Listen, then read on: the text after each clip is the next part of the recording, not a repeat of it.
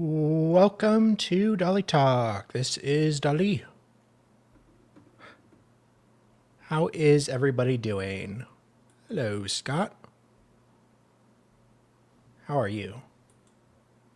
Bye, Franz is here. Hola, gringos. ¿Cómo está? That reminds me, I need to order some groceries to make enchiladas. Let's see. AG Bio. Hope you're home. Had a good trip. Praise Taka. Takahi. I'm sorry, Pudding Way. I'm here now. Is Trump working today? Yeah, he works like 18 hours a day. He gets like 4 hours of sleep a night. I don't know how he does it. But anyway, so I've got a bunch of shit I have to assemble. So I'm going to be stuck at my desk, and I was like, why not watch some court while we're at it? And since not a lot of other people are streaming, I figured we could start with some Judge Middleton and go from there and just check out some judges. And I'm sure we'll see some more of the lovely Meg. Nothing that heavy. The book about Steely Dan called Major Dudes that I got as a gift. Hey, Mavka. Okay, let's get ready to go here. Thank you all for saying good morning. Sort of an abrupt start. Judge Pattison stopped in for a minute. Again, we thank the people that need to be thanked for the Dutch Heritage Donuts. What?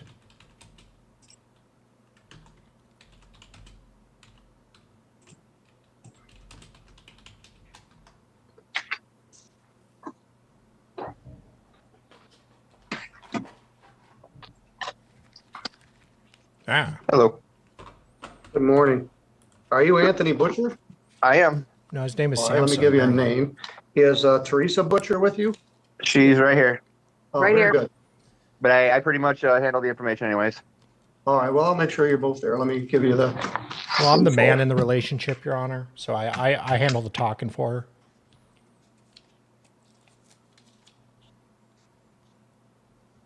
Also on the screen with us is Mr. John Bush. Number He's 2. here representing the plaintiff, SL Property Solutions. So let's just get right to it. We're a little early, there's no harm in that. Our 9 o'clock and 9:05 case resolved. We're at the 9:10 case, and it's 9:09. Title of the case is SL Property Solutions versus Anthony and Teresa Butcher. This is a property at 126 North Main. File Hey, number is Johnny. 25-59, and it's filed as a non-payment of rent case. And we'll get to that in a minute. Mr. John Bush, as I said, is here John for the Bush, plaintiff. number 2, does not like You guys that. are defendants in a landlord-tenant case for non-payment of rent. And as such, you have certain legal rights. First of all, you have the right to hire an attorney. If you cannot afford an attorney from Hopefully not legal Meg. aid, God Meg damn it. Bauer is joining us. You may also ask for consultation with them or seek other legal counsel. You have a right to have the case heard here in St. Joseph County where the property is located. Supreme Court requires that I tell you that, but it's never been an issue, not once, but maybe it will be. You have a right to demand a jury trial. If you want to have a jury trial, you have to tell me at this first court appearance or file a written demand in writing within 5 days and pay the written jury demand fee unless the judge waives the fee because of your inability to pay. I should try to get If an your interview landlord with has asked Meg. you to be evicted from a residential property because you haven't paid rent, and that's what this situation is, you may be able to get assistance from the Michigan Department of Health and Human Services, Neighborhoods, Inc., a local coordinated agency. That would be Community Action Agency and a Housing Assessment and Resource Agency. That is Neighborhoods, Inc. And I had a nice meeting with their director, Whitney Wardell, earlier this week, and they do have some funding. You should have received that information when we sent you out the packet. Also, if Yep. you're a veteran, maybe you're eligible for some assistance. You may be able to reach an agreement with the landlord by going through mediation or local community dispute resolution. If both parties are interested, the court can help set that up. And the parties may be able to reach an agreement by filing what's known as a conditional order of dismissal. If that is a possibility, we will either assist in preparing that, or most likely the attorneys would. Mr. Bush, what's the arrearage in this case? Your Honor, we sent over a summary this morning. You probably don't have it yet. It's my understanding that the rent arrearage is $1,800. Oh boy. That's through January? It's weekly rent, Your Honor. Okay, through when? Be through this week. Which week? So that would Would be through January. tomorrow, February, through January 31st, we'll put. Elaine, did you get that update from Mr. Bush? And then court costs. We have filing fee of $136, service of process of $80.56, attorney fees of $75, for court costs of $291.56. Thank you. Here's the accounting sheet. Thank you. The total on that is $2,211.56. Any thoughts on that, Meg? Babu. Yeah, I made, or actually I didn't make an arrangement, but I did let them know that, I started a job this week, plus income tax. I'm just waiting on the 1095A to come in and I can file. That's going to be about $2,000 right there. Plus, Well, that often helps us at this time of year. Income tax, in fact, our cases go down a little bit in March and April. So the good news, Mr. Butcher and Mrs. Butcher, is we are going to continue this matter for 7 days. And then you'll get 10 days from that day to pay the rent. Of course, when February 1st comes, there'll be additional rent due. But let's take a look at, so your plan is to try to get caught up on this, maybe in increments and then with a tax refund? Yes. Well, once my actual checks start rolling in, I'd start actually paying the rent. And then I'd be using my income tax to pay off the rear. Plus, like I said, my mom does get her Social Security. All right. Mr. Bush, you're here for Kreitz Rentals on February 7th at 1:35. How about if we set this at 1:25? That's just fine, Judge. Thank you. You're here on, oh, that's Mr. Andrew J. Rognus. I would continue this to couple that there. Continue to February 7th at 1:25. That should fit nicely in there. So Mr. and Mrs. Butcher will reconvene this next Friday by Zoom like this at 1:25. I would suggest that you talk to your landlord about your plan. Where's your new job? It's a place called Emo Technologies in Vicksburg. Emo. Through OnStaff. Oh boy. Very good. And let them know what your plan is. Even if we go Must with have really 10 shitty days from taste in February music. 7th, that would be February 17th. The landlord doesn't have to evict you on that day. They have 56 days from that day to actually ask for the eviction. Yeah, I talked this over with his property manager, Caitlin. Yeah, that's what she said. Caitlin is, all right. Stay in contact with them. Oh, I do. All right.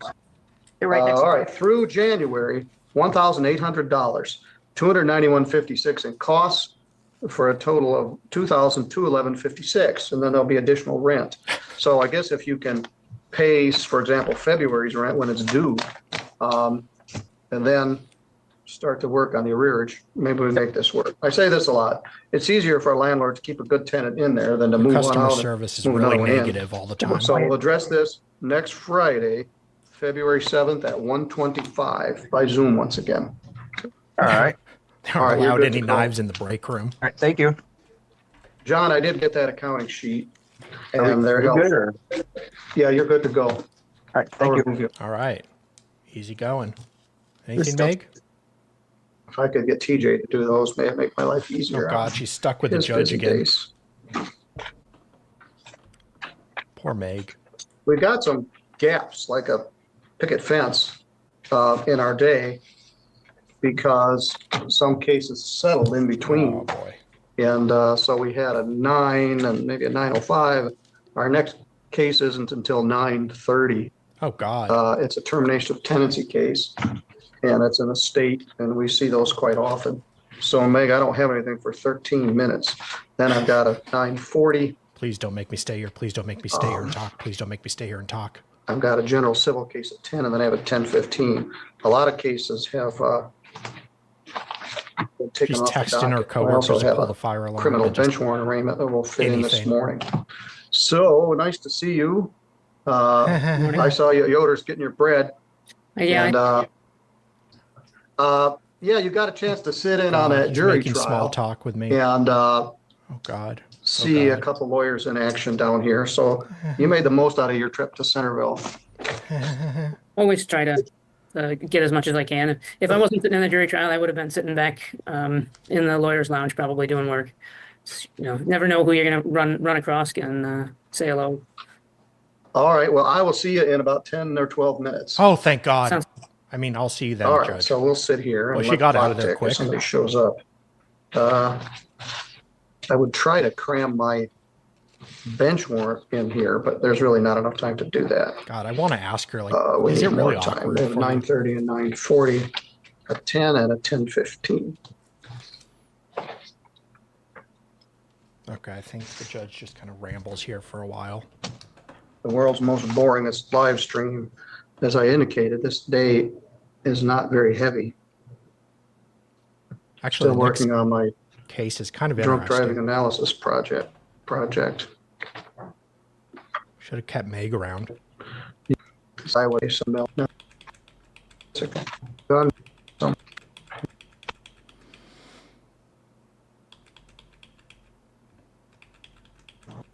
Come on, Judge. Again, bring a pizza. Okay. Hey, Erica. Oh, Meg Meg's is on the ordering a phone. pizza for lunch. Meg's purposely on the phone in case she's the only one on stream again with the judge. Mr. Clark, could you join us, please? I do like him.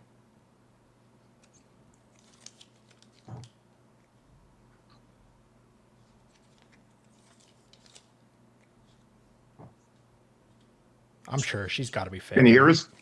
Yes, Mr. Clark, is Ben with you there?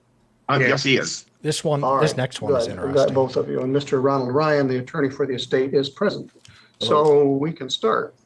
Thank you for being here a little early. I'm Judge Middleton. I'm here at the courthouse in Centerville. Joining us in a minute will be Attorney Meg Bauer from Legal Aid. This particular case is entitled Estate of Irvin Graber versus Michael Clark and Benjamin Clark. The file number is 25-53LT. Attorney Ronald Ryan is here on behalf of the estate. Mr. Ryan is from Kalamazoo, and he's here with us on Zoom. This is a termination of tenancy case. I see these quite often, a couple times a month, where there's an estate. The other members of the estate wish to liquidate the property, and the people that are in the house are compelled to move. Now, I know a little. Mr. Graber died a long time ago, did he not? Like 10 years or more? Correct. And I've been purchasing the house, not renting it. All right. And Benjamin, you're his grandson, correct? Correct. And I've been current on all my payments. Well, this All sounds right. like Well, a we'll nice explore that a straightforward little case. further. Michael is your father, Correct. Which he don't really have nothing to do with this case, but but does he live there? yeah, he's living with me. All right. Well, he's a tenant. Okay.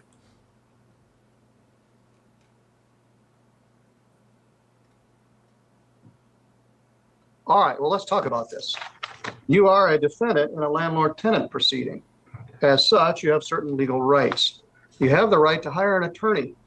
If you cannot afford one, a legal aid attorney may be available to help you, or you can seek other legal assistance. You have a right to have the case heard here in St. Joseph County, where the property is located.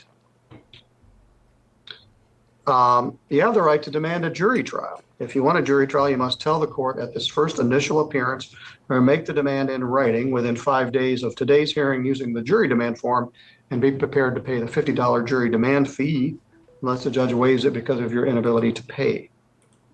You may be able to reach an agreement outside of court by going through mediation. So far, that hasn't happened even once, but maybe it will. If both parties are interested, the court can help set that up. It takes both parties to do it, which is why it's never happened. Or you may be able to work the matter out with some sort of an agreement, which would result in a conditional order of dismissal, in which case the court would assist or the attorneys would most likely prepare it. So if I can't afford This for is- Sorry. If you can't afford an attorney, you can maybe able to see if legal aid can help you, and there's a legal aid representative I can connect you with.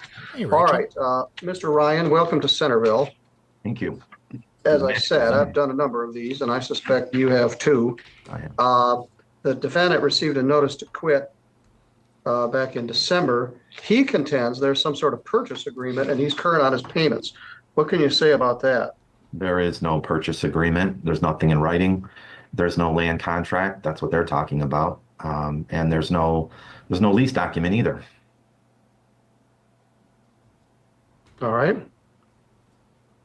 It would be Oh, a this is awkward. verbal contract between me and my mother. I got proof by the checks that are being cashed every month, states on their mortgage payment. And I put a $15,000 down payment on the house also. And I sold my house in order to purchase this home. Oof. This is getting awkward. Well, I'm not till you probably put 35 to All right, well, 45,000. you're going to need some help, Mr. Clark. There's something called the statute of frauds, which says any transaction regarding the purchase of a house or real property has to be in writing. You can't do an enforceable oral contract for the sale of property. I say that oral contract is not worth the paper that it's not written on. So what you are probably is a tenant where you've been paying rent, but I'm not clear on this. According to Mr. Ryan, and apparently you agree, there's no written document that that gives you the right to purchase the home. I can prove it with the insurance company, with the All right, bank. well, again, it has to be in writing. So you may have some issues Well, it's in the that memo we'll need line to on my sort check. out here. Anyway, the other members of the Graber family apparently want to sell this property. Is that correct, Mr. Ryan? That's correct. Yeah. Good morning. Yeah, not to butt in, but my son has over $100,000 invested in his house now. It keeps getting better and better. I think I know which house it is, but Fairchild Road's not exactly on the way to anywhere I go. Well, here's the deal. The law requires that I adjourn this matter at least 7 days, which takes us to next Friday. And then under the law, you would get 10 days from that day to move or be subject to being evicted. So this is a hearing about possession, not about money. And so the worst case scenario, the sheriff would come and throw all your stuff out in the street on February the 18th. You do need some legal advice. Mr. Ryan, in the normal course of events, I would adjourn this for 7 days. Maybe this is more crinkly than that, but we can at least start by continuing it until next Friday. I have no objection to that. And if they're going to retain legal aid, I think that should occur. And I have no problem with that. And that may help all issues, across the board. In fact, I don't have a problem if we want to adjourn this out, if you've got time on February 28th. That's fine with me. I'm going to be on a trip. So let's look at February 28th. That'll give them. He's on a It'll trip. give me time to talk to their counsel and maybe iron things Well, out. I'm not clear that he's eligible for legal aid services. If he can afford to put $100,000 into this property and make a monthly payment, and there are two people living there that employ, they may not be eligible for legal aid. However, they certainly could benefit from legal counsel. But let's look at February 28th. That is quite generous, gentlemen. That would take us to February 28th at 11 o'clock. 11 a.m. Yes. No, PM. We would definitely be interested in negotiating and possibly solving this between both parties outside of court, if that is possible. Well, that also. certainly is a possibility. That's that conditional order of dismissal I discussed. What I'm going to do right now is I'm going to enter what's called a breakout room. I'm going to open it, and you can at least discuss initially with legal aid about eligibility and perhaps set up a further appointment. Could I But if, possibly bring one more thing up? yes, Since you got their attorney with you present, I've been having issues with them going to the house and removing my stuff and taking it out of the barns and things. Mr. Ryan, any response? I'll convey I that had- over. And I had the sheriff department had to come out the other day. Can you be a little more specific? Who and what kind of stuff was It'd be taken? And it Faith gets better. Graver and my sister, her daughter, been coming out there going through the barn, taking little things. I can't prove what exactly they're taking. I'd have to go through the security cameras in detail. But the sheriff department did have to come out the other day and let them know. All if right, they well, could. they are your landlord and they can't just routinely enter the property. So Mr. Ryan will inform them that till we finish this, it's status quo. Nobody's taking anything out of there. The names If you're are making, Faith. who are you making your monthly payments to? Faith Graver. That's your aunt? That would be my mother. Okay. So your mother And thinks she Nikki or owns Mike, the that's your ex-wife? property. Correct. And I think also, maybe it's not known what happened when they did make the sale 8 years ago. Faith Graver in the estate got the house and the business as part of the split up between the three kids when they were splitting stuff. She never went to sign the paperwork from the estate over to her name. That is the only reason Ben doesn't have a written contract, because he's been waiting for her to get that. And the original lawyer, also Matt Davis, knew I was buying the house. He was working on getting a contract for me and my mother, but then she didn't fulfill her part by getting it registered to the court. Jeez. Mom. Who did Mr. Davidson represent? The He, estate? he represented the estate originally. He knew your grandpa. He knew my grandpa. And me and my mother were in there a couple times. He knew I was purchasing the home from her. All right. Well, Mr. Ryan, I think your suggestion to bump this out to February 28th is probably a good one. Yeah. Anyway, what I'm going to do, I'm going to open this breakout room. If it does not appear that legal aid is going to be able to represent you, I would suggest that you could get some legal advice, or perhaps there can be some sort of agreement that the property is purchased. But Faith isn't the only other person on the property. Didn't he have 3 kids? Yes, but the deal was originally was my mom decided to keep the home and the business out there. They sold the farm part off, which Tim and Wilma took the money from the sale of the farm. Wilma also purchased the woods. And then my mom also purchased another home through the state. All right. But- Well, this is complicated. Yeah, It's very complicated. All right, Mr. Ryan, you guys can continue to work behind the scenes. If legal aid does get involved and file an appearance, certainly you guys can work on it, but we'll see where we are on February 28th. I'm going to open a breakout room. I want you guys to click on the button that says join, and you can speak privately with the attorney from legal aid. Her name is Meg Bauer.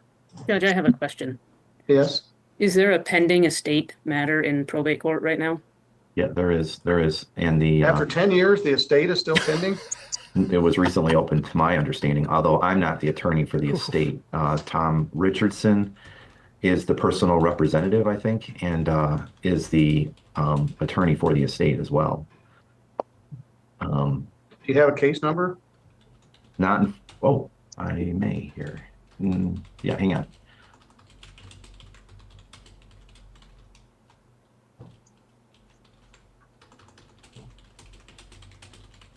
Okay, here it is. It's St. Joseph County Probate Court, case number 14-186DE. And Tom Richardson is the PR for the estate. And so that's what we have here. All right, that's a good question. All right, Mr. Ryan, thank you. I'll see you in about a month. Meg, I'll let you speak privately with the clerks, and I'll move on to my next case. Thank you, Judge. Somebody you. please call me and let me know what the status of the attorney is, whether there is or isn't one, please, so we can keep the conversation going. Mr. Ryan, at All this right. point, you should assume that they are not represented by legal aid. Right. But somebody, If that So yeah, changes- if you're gonna, I'm doubting they're gonna be financially eligible for legal aid services, but she can give them some advice and perhaps direct them to take a I think next it's step. So double probate. certainly if legal aid does get involved, they'll contact you. If they don't, I think they should get an attorney. But Mr. Ryan, my fear is we're gonna be in the same boat we're in a month from now, but let's see where we go. So I'll see you on February 28th at 11 a.m. right. All right, Right, thank we'll you. see you then. Thank you.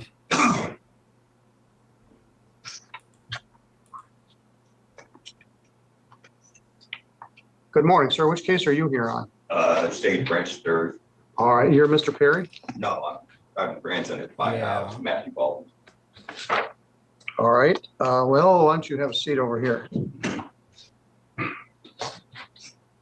Good morning once again, Mr. Smith. You've been making a lot of trips to Centerville in the virtual world lately. That's true. I'll have to do it physically someday. Good morning. Good. I tell you, I do in the summertime. Yeah, good idea. All right, let me call this case. We're probably the This lawyers. is entitled Michael T. Garrison versus Francis R. Perry. Attorney Stephen Smith of St. Joseph is here for the plaintiffs. And I have someone here. You're the grandson of Francis R. Yeah. Perry. What's your name? Matthew Baldwin. Uh-oh. I believe Mr. Baldwin was served at the property last Friday. Yes. Is Francis Perry still alive? No.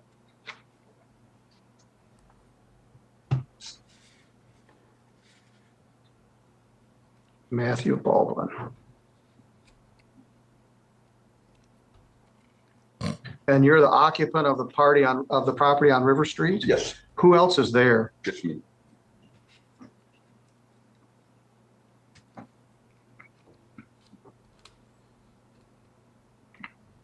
Hope this wasn't Mr. in Baldwin, New were you here Mexico. when I went through the rights with the last people? No.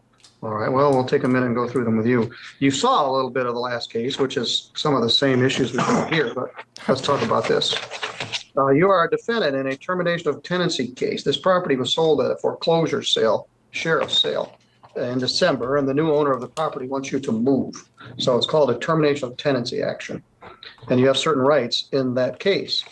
You have the right to obtain counsel for representation in this matter. If you cannot afford an attorney, a legal aid attorney may be available to help you. She'll be joining us here in a bit. Yeah, come on, man. You have a right to a trial by a jury or by the court. If you do wish to have a jury trial, you have to tell the court at this first initial hearing or make the demand in writing within 5 days and pay the $50 jury demand fee unless the court waives it because of your inability to pay it. You have a right to have the case heard here in St. Joseph County where the property is located. You may be able to reach an agreement with the landlord by going through a local community dispute resolution program. That's mediation. And if both parties are interested, the court can help set that up. You may be able to reach an agreement with the landlord. That means the case would get dismissed. I think they're working on something like that in the last case.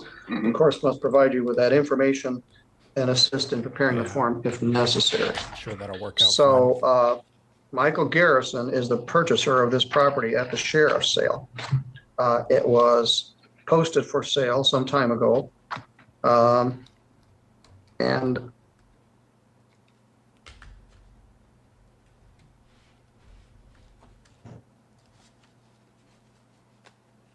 less than 180 days have passed since the sale. When was it posted? Maybe it's a bit. It was posted October 22nd of 24. Mr. Smith, what's the status here? Well, Mr. Garrison gave the required notices of sheriff's sale and request for initial inspection pursuant to MCL 600.3237 and 38.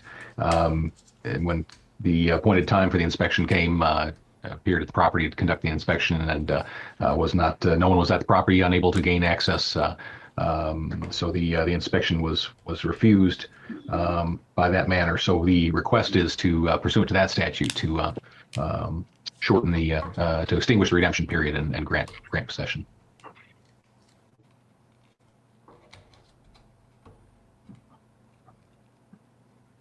Mr. Baldwin, what's your position? I never did receive anything for the inspection thing. All right, well, at this point, probably no payment has been made on this house in several years. Several months, yeah. Well, several years. Takes a long time for this to happen. Yeah. I would bet no payment was made in 2024. So the matter went up for a tax sale, a mortgage sale, because the mortgage hadn't been paid, and that takes a long time. So someone else bought the house and they want you to move out. Yeah. So normally they have to wait 180 days, but they're asking me to accelerate it because of the inability to inspect the property. Do you actually reside in it? Yes.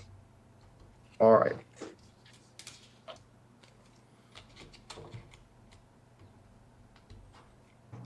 Have you made any provision to move?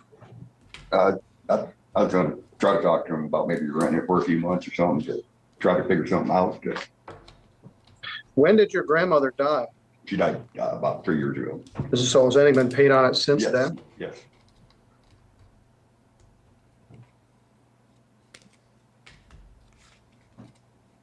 Were you living with her when she died, or did you move in after she Yeah, died? she did.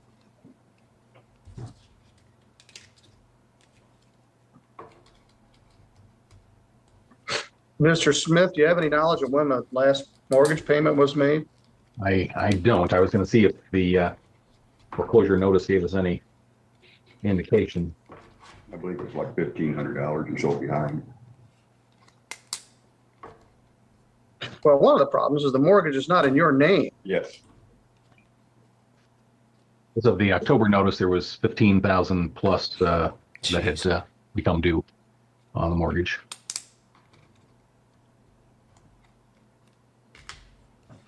Is that all? You had the 15 right. You didn't have the decimal in the right place. $15,000 in arrears. What was the monthly payment? They just dropped it down. It was like 4 something. Well, that's a couple of years of being behind. Well, I don't know. They went from 6 to 4. I didn't understand. Who did you make the payment to? My uncle made them through the bank for me. And my uncle was the executor, What's his name? Earl Baldwin.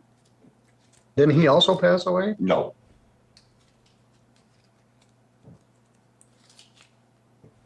So you don't really know when or if the payments were made. he made the payments. All right. Behind it. Well, he's substantially behind. So you're there, you're not on the mortgage, someone else has purchased the house, and they want you to move, and you haven't made any provision to do that. The law requires that I adjourn this 7 days, and then you get 10 additional days from that day to move out. So the clock is ticking and it's close to midnight. If they get what they asked for, you'd have to move by February 17th, or you'd be subject to being evicted. Is there a way that When the legal aid attorney comes back, I'm going to put you in the breakout room with her. Come on, But Meg. you're not in a very good legal position. You're not on the lease. The payment's not being made. Yeah. The house has been sold at a foreclosure sale. They're accelerating the redemption period, and they want that. The guy that bought the house wants it. Yeah. So it puts you in a tough spot. But this didn't just happen all at once.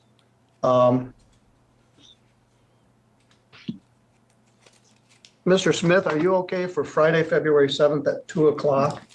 2 p.m. should work fine. That's appreciate the time. Yeah. Other things going on in the morning, so that'll be perfect. That's I'm our happy- first Friday of the month. Yeah, and happy to talk with Mr. Baldwin in the meantime. All right. February 7th, 2025 at 2 p.m. Mr. Smith's number is on the paper you have in your hand. Okay. Um, There you go. And How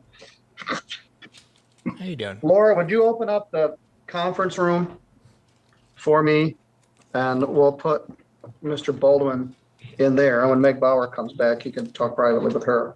Now, Come on, Meg. you raised an issue. They're requesting to accelerate the redemption period. It's usually 180 days unless the property's abandoned. It can be less. And they're alleging because of the lack of ability to inspect the premises, the period should be accelerated. You're saying I never got notice that they wanted to inspect the premises. Yeah. So you may have a matchstick stable issue regarding that. And I'll let Ms. Bauer discuss that with you. We're going to open up the conference room. I'm going to ask the court officer to take you out there. So our next hearing is next Friday at 2 o'clock. You're welcome to come in live like this, like we always used to do. Mhm. It's certainly more convenient for a lawyer from St. Joe to appear virtually. But I'm going to put you in the conference room, and when Ms. Bauer comes back, the lawyer from Legal Aid, I'll let you speak with her. Okay. And you can call Mr. Smith and discuss it with him, and his number is on the pleadings that you have in your hand. Yeah. All right, Mr. Smith, anything further? Nothing further, Your Honor. All right, I'll see you next Friday afternoon. Thank you much. Aw. All right. We have a 10 o'clock hearing allegedly.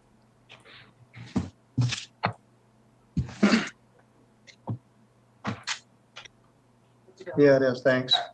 I just need to wait for Meg. And then we have a 10:15. God, Meg. We'll see whether anybody appears from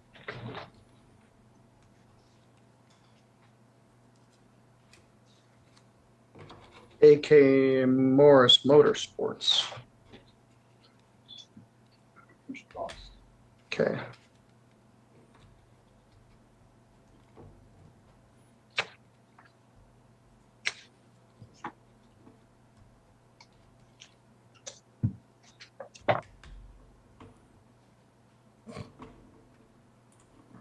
God, Meg's taking her sweet time.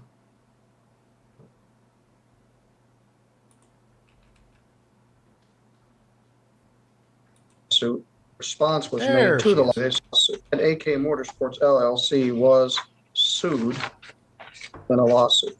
They had a very difficult time serving that lawsuit on the defendant, but eventually they served it by alternate service. No response was made to the lawsuit, and in July of 2024, a default judgment entered HE. against the defendant. And Ms. Bauer, let me hold this thought for a minute. I have another customer for you. Okay. You didn't hear the exchange. This defendant, Mr. Baldwin, is the grandson of the woman that had the mortgage on this property. It's entitled Garrison versus Perry. File number is 25-60. Elaine or Kim or somebody, could you open the mic and the camera in there? Someone purchased the property at a sheriff's sale in December. Mr. Matthew Baldwin is residing in the property. His grandmother was Frances Perry. After she died, he moved in. The mortgage is, it's okay, Kim, I got it, he got it. Hi, The mortgage Kim. is about $15,000 in arrears. It does appear the plaintiff is going to be entitled to the relief they're asking for. However, they have asked to accelerate the redemption period. The sale was December 5th, and they allege that there was an attempt at inspection and defendant somehow thwarted that. So they've asked to accelerate the redemption period. So the matter's been reset for next Friday. But Mr. Garrison's and Mr. Baldwin's in there. He's not paying the mortgage. He doesn't own the house. He's not on the mortgage. He hasn't made any provision to try to move, and he could use some legal help and otherwise. So I'm going to put him in a breakout room, and you can discuss this with him. Thank you. So Appreciate the when time. Sorry, I didn't mean to speak over you. You're right. But you did. He's free to go after he consults with me? Yes, he is. Thank All you. right. So go ahead and join that room if you can see the button that says join.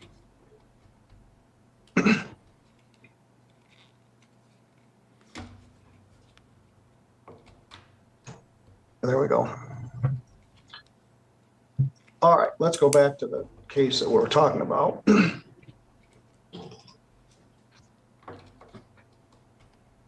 That happens sometimes. I have to shift gears in the middle of one proceeding. It's okay. We can just blame Meg.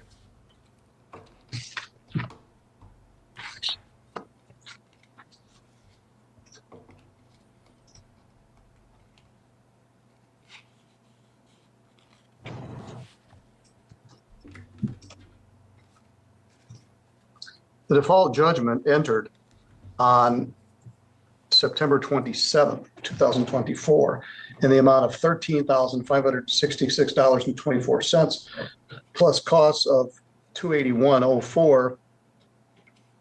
Total judgment entered in the amount of $13,847.78. Again, Mr. Luke Knopfsinger was representing the plaintiff.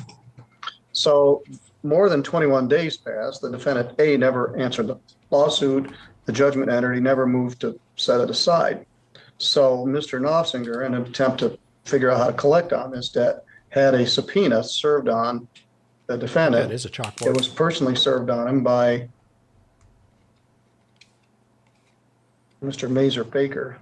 I think it's Jonathan Mazer Baker, on December 4th for a hearing that was to be here at the courthouse on December 6th.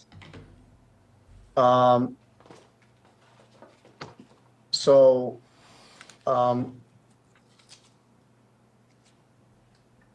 We sat around for a bit, and you didn't show up, so he did an order to show cause as to why you should not be found in contempt for failing to appear at that hearing.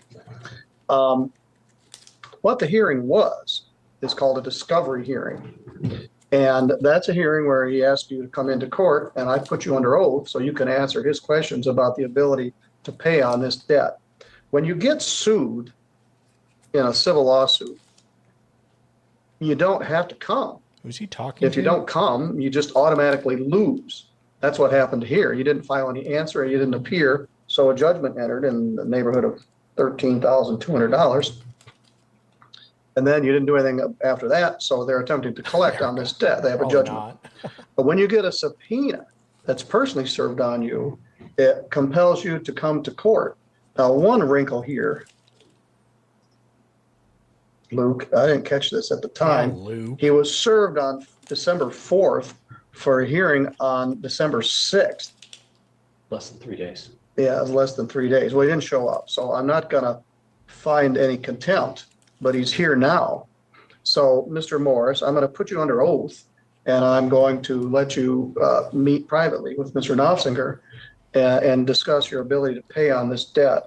He's entitled to ask you things that were in the subpoena, like your social security number, bank account numbers, vehicle registration numbers, snowmobiles, wave runners, hauling trailers, the kind of things that could be seized to pay off this debt. So I do not find you in contempt because the subpoena was only served 48 hours before the hearing. But you're here now, so you've purged any contempt. So let me ask you to raise your right hand. You swear or affirm any testimony you're about to give in this matter will be true to the best of your knowledge and belief? I do. All right. Mr. Knopfinger, right now somebody's in the conference room meeting with Meg Bauer.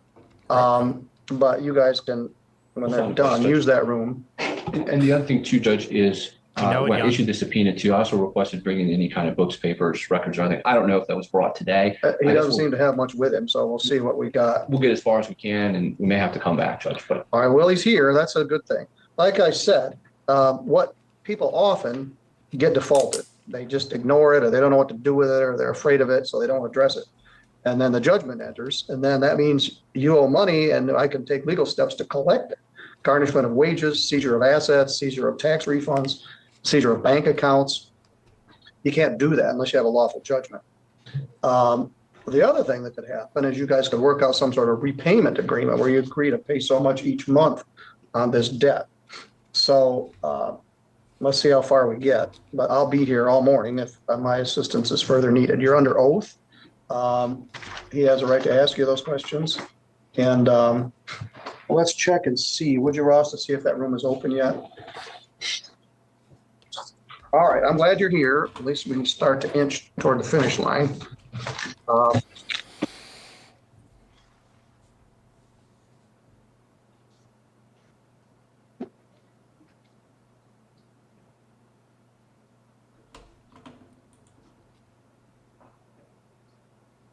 That's what he said, so thank you for that. Yeah, and I heard you say my name, like, oh, you called my. No, you're good. I thought you were gonna be like 5 minutes. No, have a seat. You should be here any minute. All right, we're here, right? Yep, All right. and then you can go pay your ticket.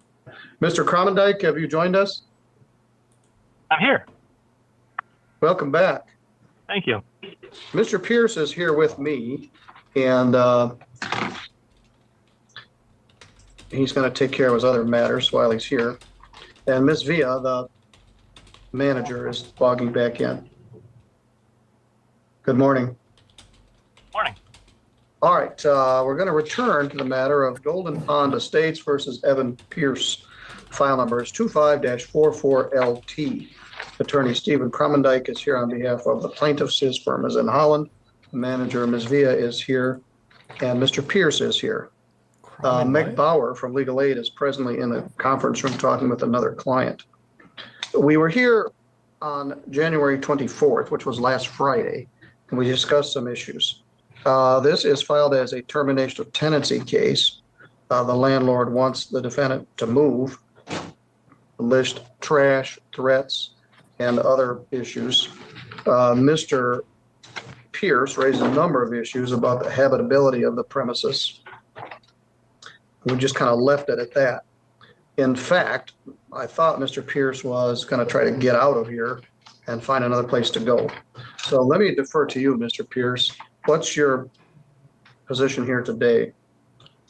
My position here today is to clear all this up and not have a bill on my back.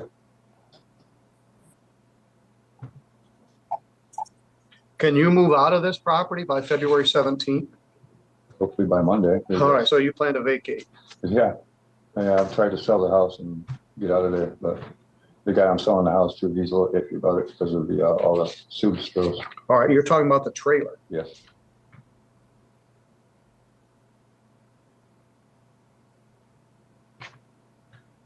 All right, so if I'm correct, is he owns the trailer and you own the lot? Is that correct, Mr. Cromendike? Yeah, well, that's based on what he's saying. That seems to be the case. Now, as I look at my ledger, the rent amount, yes, I'm sorry. Yes, that does line up because the rent looks like it's lot rent only. All right. Well, what they're doing is evicting the trailer off the lot. When it's lot and trailer, and when you're renting a lot and trailer, it's just the same as renting a house or renting an apartment. When you own the trailer and they own the lot, the termination of tenancy terminates the lot. So in the other circumstance, you would have 10 days to move and 90 days to move or sell the mobile home. But this wasn't filed as a mobile home case. It was just filed as a termination of tenancy.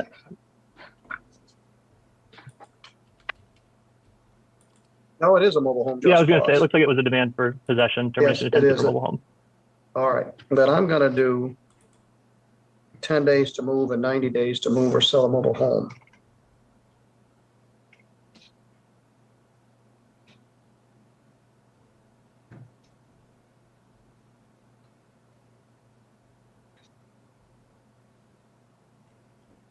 Mr. Cromendike, I'd like you to send me a judgment, a mobile home judgment with those conditions. The date for the writ would be 10 days from today, which would be February the 10th. Okay.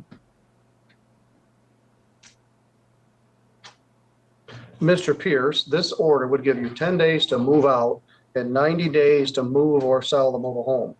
Okay. They're not at this point asking that you pay any money. They're simply asking you to move. When you do move, you need to turn in your keys. Well, no, you just need to give your forwarding address within 4 days of your moving. And then if there is going to be a hearing regarding money damages, it would be a separate hearing. Now, you told me you were buying a house. Is that true? Mm-hmm. And where is that? Vandalia. 16096 Fox Street, Vandalia, Michigan. All right. He's going to send me a judgment. Let me give you my email address. I think it should be in your library. I don't have an order. It's St. Joseph County mi.gov. Yep. It used to be .org, and all the counties changed. Say that again. What was the first part of that? St. Joseph County mi.gov. That's the whole email address? Yes. Oh, excuse me. 3B Civil. The 3B Civil at St. Joseph County mi.gov. There's also a 3B criminal. And I think you've sent us judgments before. I'm pretty sure. Anyway, Mr. Pierce, you got till February 10th to vacate and 90 days from today to move or sell a mobile home. My suggestion is you stay in contact with the manager and let her know what your intentions are. They don't have to evict you on February 10th. They have 56 days from today to ask for the writ of eviction. But you need to stay in contact with your landlord so she knows what the deal is. I don't even know who the landlord is. Well, it's this Ms. Villa. Ms. Villa, are you on site at the park or are you somewhere else? She's in Chicago. She's muted, but she is not on site. There's somebody else who goes on site. There's nobody out there. Nobody at all. No maintenance. Well, do you have a way to contact her? Ms. Villa, what's your, all right, write this down. You have a pen? I have a pen. I never met a cop that didn't have a pen. Thank you, man. I appreciate it. All right. Thank you. How does he reach you? I have an email address and the phone number. I can give it to him right now. I've actually spoken to him before already by phone. All right, well, do you have her phone number? I don't know. All right, well, we'll have it now. Why don't you give it to him? Okay, 708-515-4134. All right, you stay. Go ahead. And my email is kc@bvpm.us. I don't think he's an email kind of guy. Nope. All right, Mr. Pierce, do you have any questions? As soon as we get that order signed, I will send it to you. All right, you're free to go. Thank you for being here on time each time. I Thank appreciate you it. very much. I apologize. And stop down and pay that ticket, and then you can go away a fulfilled man. Thank you very much. Thank you. All right, thank you. All right, thank you both. Thank you. All right, let's try some Judge Simpson. I'm going to put this on and then go put something in the air fryer. But I'll be listening in case there's an issue. Is not checked in. If you'd raise your right hand. You solemnly swear or affirm testimony you're about to give will be the truth, whole truth, nothing but the truth, so help you God. I do. You may proceed. I don't have personal service, however, sir. We did get a second mailing. That is correct. We have rent in the amount of 1,410. That's 1410. 230 in costs for total 16. Say that final number again, please, sir. 1640. Thank you. Judgment to the plaintiff. That is by default for possession. Redemption amount is in the amount requested with a writ issue pending. Court does call the case of Barnes and Barnes versus Quintavious Scandret. And Christopher Mayo. I show 1157 in rent, 295 in costs for a total of 1452. Judgment to the plaintiff. That is by default for possession. Redemption amount in the amount requested with a writ issue 10 days. Court calls the case of Barnes and Barnes versus Amir Ali and Tara Jackson. I show 940 in rent, 295 in costs for 1235. Judgment to the plaintiff. That is by default for possession. Redemption amount in the amount requested with a writ issue 10 days. And then I think yours other ones are dismissals. Barnes versus Darius Bell and Barnes and Barnes versus Tyree Lockett. These matters are dismissed on plaintiff's motion without prejudice. Thank you, Your Honor. Thank you, sir. It's good seeing you. I won't see you anymore this week. You'll see me on Zoom later on because I'm not feeling very good. I got a nasty cold. Sorry. Well, hope you feel better. I'll be all right. All right, sir. Thanks. Glencoe Hills versus Me Han and Joseph Alexi Ruff. Go ahead and sing it. Jillian Egan for plaintiff. Good morning, Your Honor. Good morning. Han, Alexi Ruff, they are not checked in. If you'd like to, I don't know where you are. Finally, it's the right hand. I'm on my phone. We had to do drop off today, so I'm. Oh, gotcha. All right. Do you solemnly swear or affirm testimony you're about to give will be the truth, whole truth, nothing but the truth, so help you God? I do. Go ahead. All right, thank you. This is a case for termination of tenancy. A notice to quit was sent to defendants on December 5th, 2024, with a vacate date of January 7th, 2024 for lease violations, unauthorized occupant, repeated disturbances. And so plaintiffs or defendants having failed to appear, plaintiffs requesting a default judgment for possession only with the writ to issue after 10 days. All right. Judgment to the plaintiff. That is by default for possession. No redemption amount. Writ issue in 10 days. Huron Vista Apartments versus Dominique Henderson. Jillian Egan for plaintiff. Dominique Henderson. They are not present. You may proceed. Thank you. This is the case for non-payment of rent. Rent short-term possession is $1,160. Court costs are $176 for a total of $1,336. Plaintiff is requesting a default judgment for possession only with the writ issue after 10 days. Judgment to the plaintiff. That is by default for possession. Redemption amount is in the amount requested with the writ issue in 10 days. Huron Vista versus Karina O'Haro. Christina O'Haro, you may proceed. Thank you. I have rent in possession of $1,919. Court costs of $176 for a total of $2,095. Plaintiff is requesting a default judgment for possession only with a writ issue after 10 days. Judgment to the plaintiff by default for possession. Redemption amount in the amount requested with the writ issue in 10 days. Peninsular Place versus Derek Riles. Derek Riles, I hear you may proceed. Thank you. Rent or in possession is $2,527.92. Court costs are $250 for a total of $2,777.92. And Your Honor, may I ask if there's personal service in this case? There is not. Thank you. This would be for possession only with a writ to issue after 10 days. Judgment to the plaintiff by default for possession, reduction amount in the amount requested with a writ to issue in 10 days. Peninsula Place versus Kamara Taylor. Excuse me, I'm sorry. I'm sorry. I just learned how to unmute myself. This is Dominique Kenneth. I did hear everything, but I did want to say that I was present. I just didn't know how to unmute my phone. I had to call to my phone. Okay. You're Miss Harris? Henderson. Miss Henderson here on Vista. Got it. Okay. Let me recall that. I'm sorry. No, it's okay.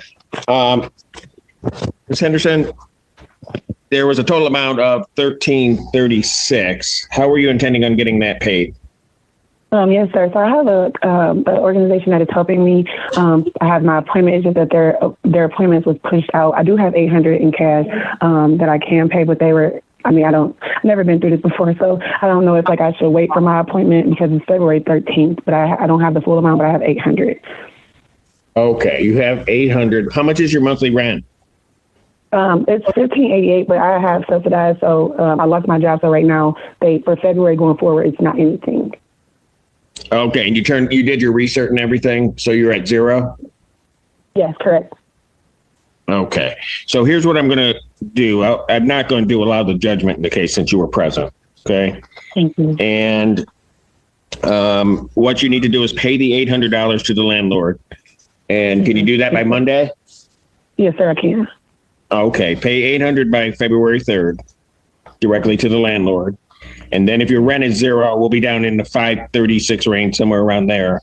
And so I'll adjourn the matter out. My next date is actually the 14th. So if I adjourn it to that date, you will have had your appointment and sort of be clear as to where you're headed. Okay. Right. Okay. Thank you so much. I appreciate that. All right. So this matter is then adjourned to February 14th, 2025 at 3 p.m. Okay. And that is an in-person hearing, ma'am. Okay. You said it is in person? It's in person. Yes, ma'am. Yes, sir. Okay. Thank you so much. Thank you. Have a good day. Excuse me, Your Honor. Yes. This is Amir Ali with the I've heard you, and I was having phone issues. I was here. I heard you say my name, Amir Ali versus and Carl Jackson versus Barnes and Barnes. It was Mr. Friedman's case. Why didn't you? Well, do we still even have the file? I was trying to I am sorry. I've been here. Okay. 190.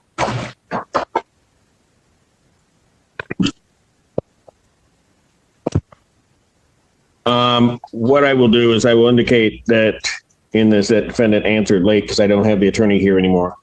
Oh, I'm sorry. I just couldn't get in. And what I will do then is I won't enter the judgment. I'll adjourn this out to February 14th, 2025 at 2 p.m. How were you intending on getting the amount that they have paid? I'm getting paid later on today. I'm getting $1,000. And then I also work. So I do contracting work, and the company we worked for, we were waiting for them. We were going to take them to court, but they ended up settling. So they're ending up to pay us out. So that's why my rent was late. So I will. So you have $1,000 to pay?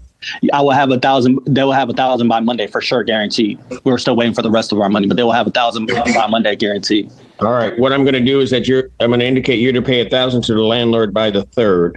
Okay. That's this Monday. Okay. How much is your monthly rent? It is $1,295 a month. $1,295 a month. All right. Okay. Pay the $1,000, and then we'll see you on the 14th. That's an in-person. That's an in-person hearing. Okay. Thank you. You're welcome. All right. Ms. Engine, I think now we'll be able to go back to you. All right. Peninsular Place versus Kamara Taylor. I think she's here. Or he. Kamara Taylor, you need to unmute and turn on your camera. What can it see your camera? You did both, but I think your camera is covered. Wait. Oh, sorry. There you go. No, it's okay. It's okay. I'm sorry. This is my first time. All right. Hold on one moment. Decline that call. All right. Okay. All right. It's okay. You're all right. How much are you owing? I have a balance including court costs of $1,789.57. All right. All right. Ms. Taylor, how are you intending on getting that paid? I have a question because this is my first time, and I literally just got like the envelope from the court because I didn't know about this until like a few days ago. But the paper said it was 1,500.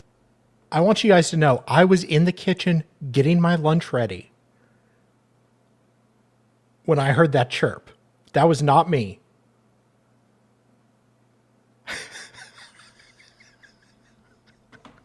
I'm just saying. And $16. Me, I'm not sure how I'm going to get it paid. I know I can go through Hawk and rental assistance, but the thing is, his hands up and the Michigan SCR program. But for those, I have to have a job, and I'm pregnant. I've been trying to get out the lease for months. I didn't know that I couldn't just like break it or. I mean, there's this weird beeping noise constantly. I got to get out of this place. Leave because I didn't like thoroughly read the leasing agreement, and that's on me. But I don't live there no more. I found somebody to take over the lease, so I'm not responsible for the apartment no more because once she signed the lease, my contract was done. There's two, I think. No, I'll be able to. There's two chirps, one after the other. These damn ceiling birds. Oh. This is amazing. Pay it at some point, but I don't really know when because again, I'm pregnant. I can't really do too much. And Ms. Taylor, are you saying the person that's there signed a lease with the landlord? Yeah, there's a new person that lives in that apartment named Isis Cunningham. I don't live there no more. And they tell me once she signed the lease, my lease was up. And she signed that lease, I think, earlier January because you have to find somebody to take over your apartment. And I found somebody via Facebook Messenger. It's this female Isis Cunningham. Let's do this because they are requesting a money judgment in this case. But I'm Ms. Engine, the look on your face is this the first time you've heard of this?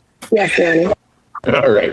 Okay. So, Your Honor, can I ask Ms. Taylor just to confirm you moved out? Yeah, I moved out. I don't live there. You don't live at. That's your new place. You don't live at 950 Railroad Street? No. It was too quiet for me, so I had to move out. And if I would have just left, then that would have been even worse. But regardless if I would have left or not, I still would have been responsible for the apartment. But in order for me to not have to keep getting charged with me being pregnant and not having no funding right now or no job, I had to find somebody to replace me and take over said lease. This girl, Isis Cunningham, she signed the lease, so my contract is done with them. But I don't live there no more. All right. Do plan on paying money because this is my first time ever moving out, and I don't want this to affect my credit or anything, though. Okay, so here's what we'll do. They are asking for a money judgment, so we have to figure out what it may be that you owe or don't owe if everything you're saying is correct. So what I'm going to do is I'm going to let counsel be able to check with their client, figure it all out, okay? Because something got messed up or whatever happened. So what I will do is I will adjourn this out to February 14th, 2025 at 3 p.m. That's an in-person hearing, ma'am, okay? Okay. On that date, and hopefully then we can resolve or have a resolution or at least more information on the change of the lease. Leave your and birds figure at home. out what you may be responsible for, and then maybe you can work something out with the landlord to get that paid in some way. Okay. Okay. Thank you. All right. You are more than welcome. All right. And I'm glad you got everything to work with your Zoom. All right. I have one question. Am I supposed to stay here until like the whole thing is over, or do I leave? Because I've never been to court before, so I really don't know. I'm so sorry. So no, it's okay. So if you leave, what do you think is going to happen? I don't know. I don't want to get in trouble. I don't know. You don't want people showing up at your door, right? Okay. No, we are all finished. We'll see you on the 14th. Your hearings included. Okay. Okay. Thank you so much. Sorry. Thank you. You take care. You too. Sorry. Peninsula Place versus Charlotte Taylor. Hello. You see? Oh, there she is. Okay. My camera might be a little interesting, but yeah. Okay, no, we got you. Okay. The last person. Okay, what is the claim in this case? I have a balance including court costs of $3,468.04. All right. I'm gonna have to download. Miss this Taylor, episode. how are you intending on getting that paid? I just made a payment of $800 yesterday. I get paid again on February 7th, and I can make a payment of $1,000. And I also have family help, so they'll be helping me get that paid off. And I also get paid again February 14th. All right. So you made a payment of $800 yesterday. Yeah. That would have been the 30th. Mm-hmm. And then you can pay $1,000 on the 7th. Mm-hmm. Okay. How much is your monthly rent? I believe $1,095. Okay, so about $1,100. Mm-hmm. Okay, so if you pay that on the 7th, we wouldn't be all right. What I'm going to do is I'll adjourn this to my next date. And Ms. Engine, you don't see the $800 payment, do you? No, I don't think I would. All right. I'll give you the adjournment. My next date is the 14th, February 14th, 2025 at 3 p.m. And that is, that's an in-person hearing. Okay. All right. So if you're going to apply to any agencies or anything like that, then you need to do it and get us a form by next Wednesday. Okay. I gotcha. All right. I did make the payment, like I did it over money order. So sometimes it takes about 2 days for it to actually like reflect on my account, but I did just turn that in yesterday on the 30th. I see there was payment received at some point of $830. Was that a payment from yesterday, or was that a different payment? That was a different payment. I don't think it reflected on my account yet, because with them it usually takes about 2 days before it actually shows. Perfect. All right. So if you said you get paid on the 14th also. Yes. Okay.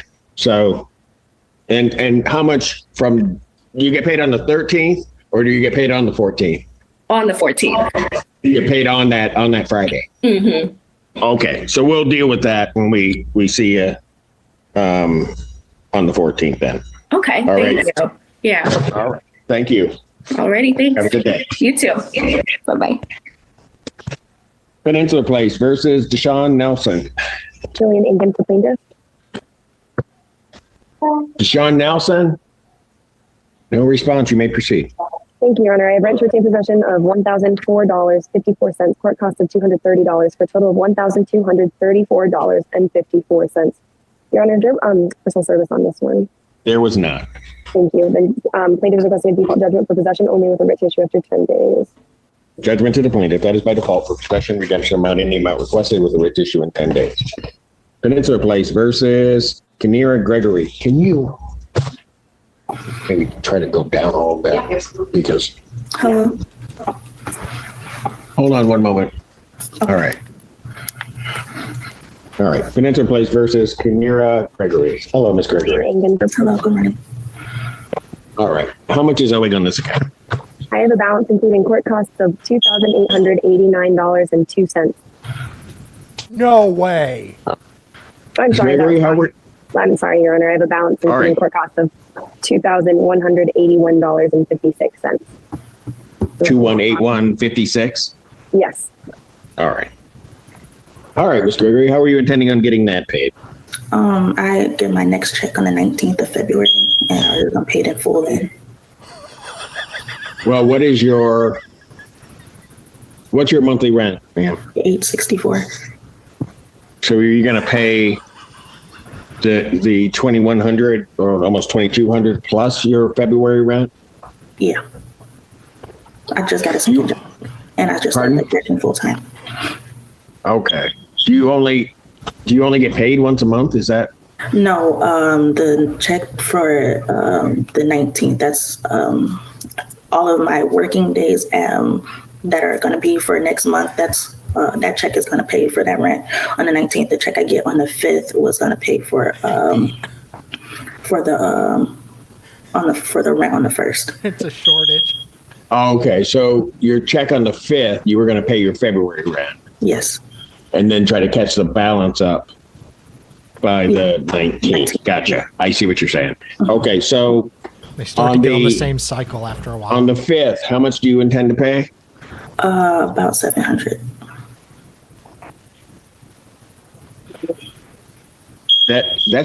Will that cover your monthly rent? No, it'll be $100 short, but it'll be $100 off. Okay.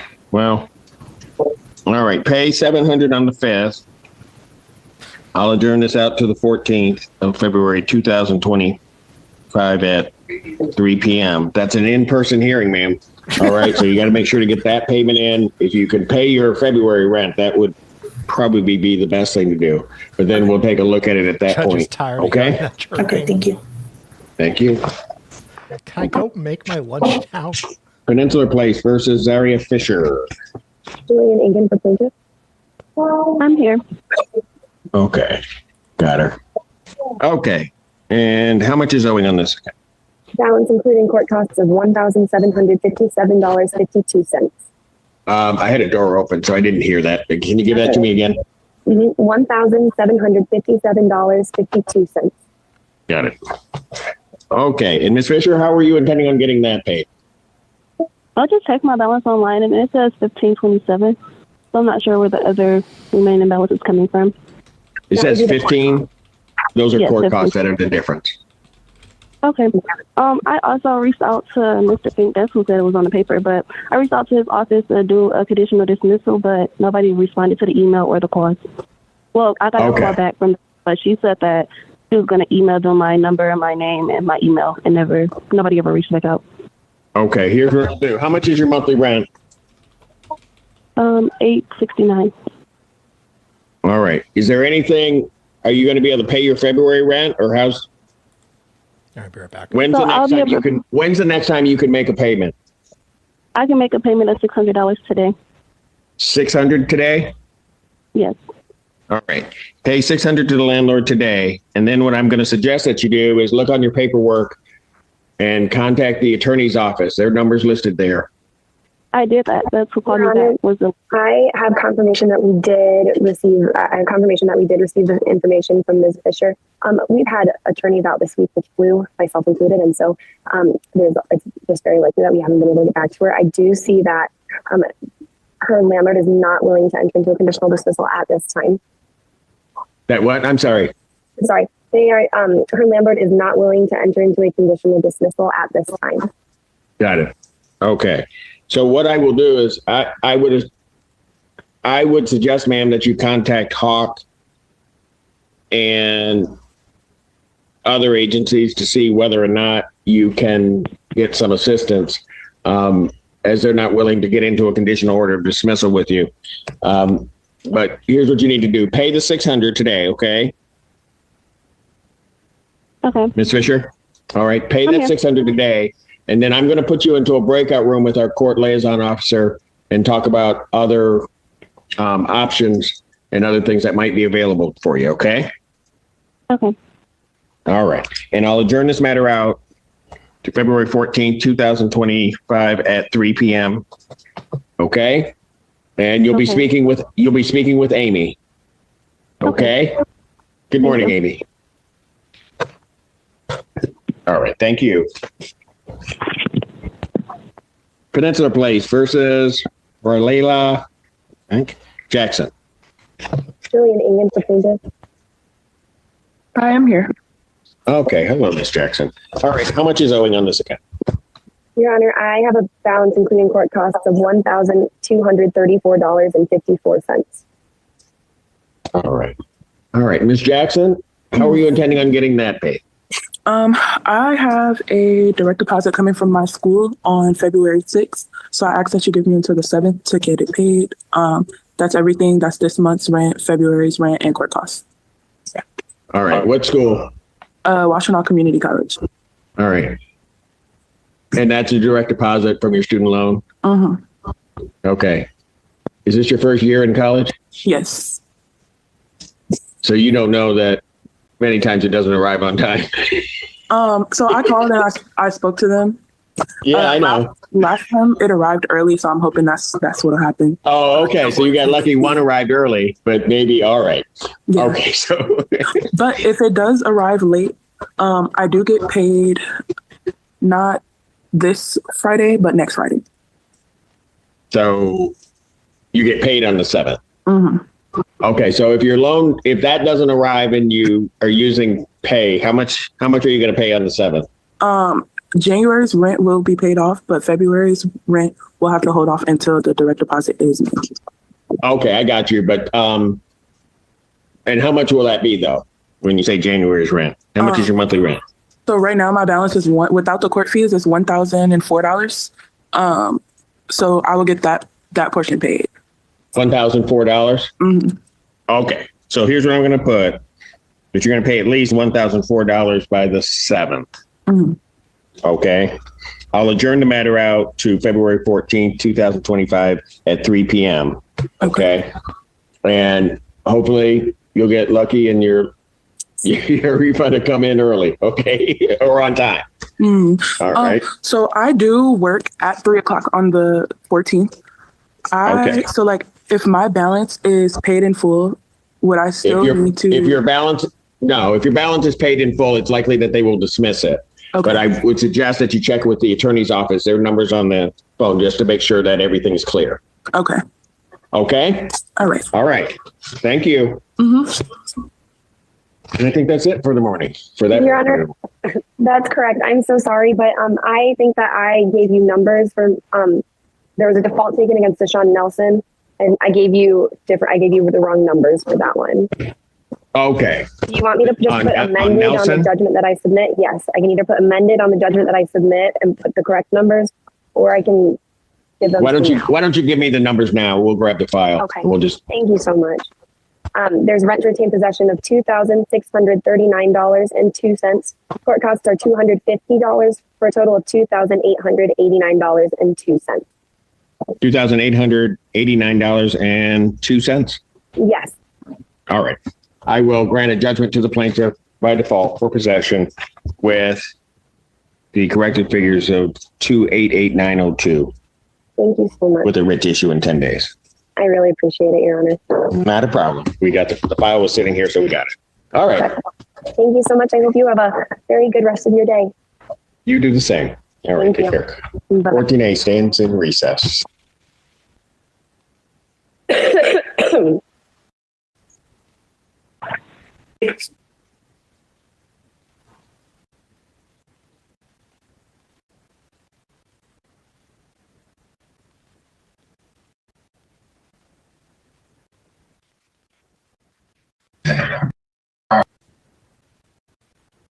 District Court in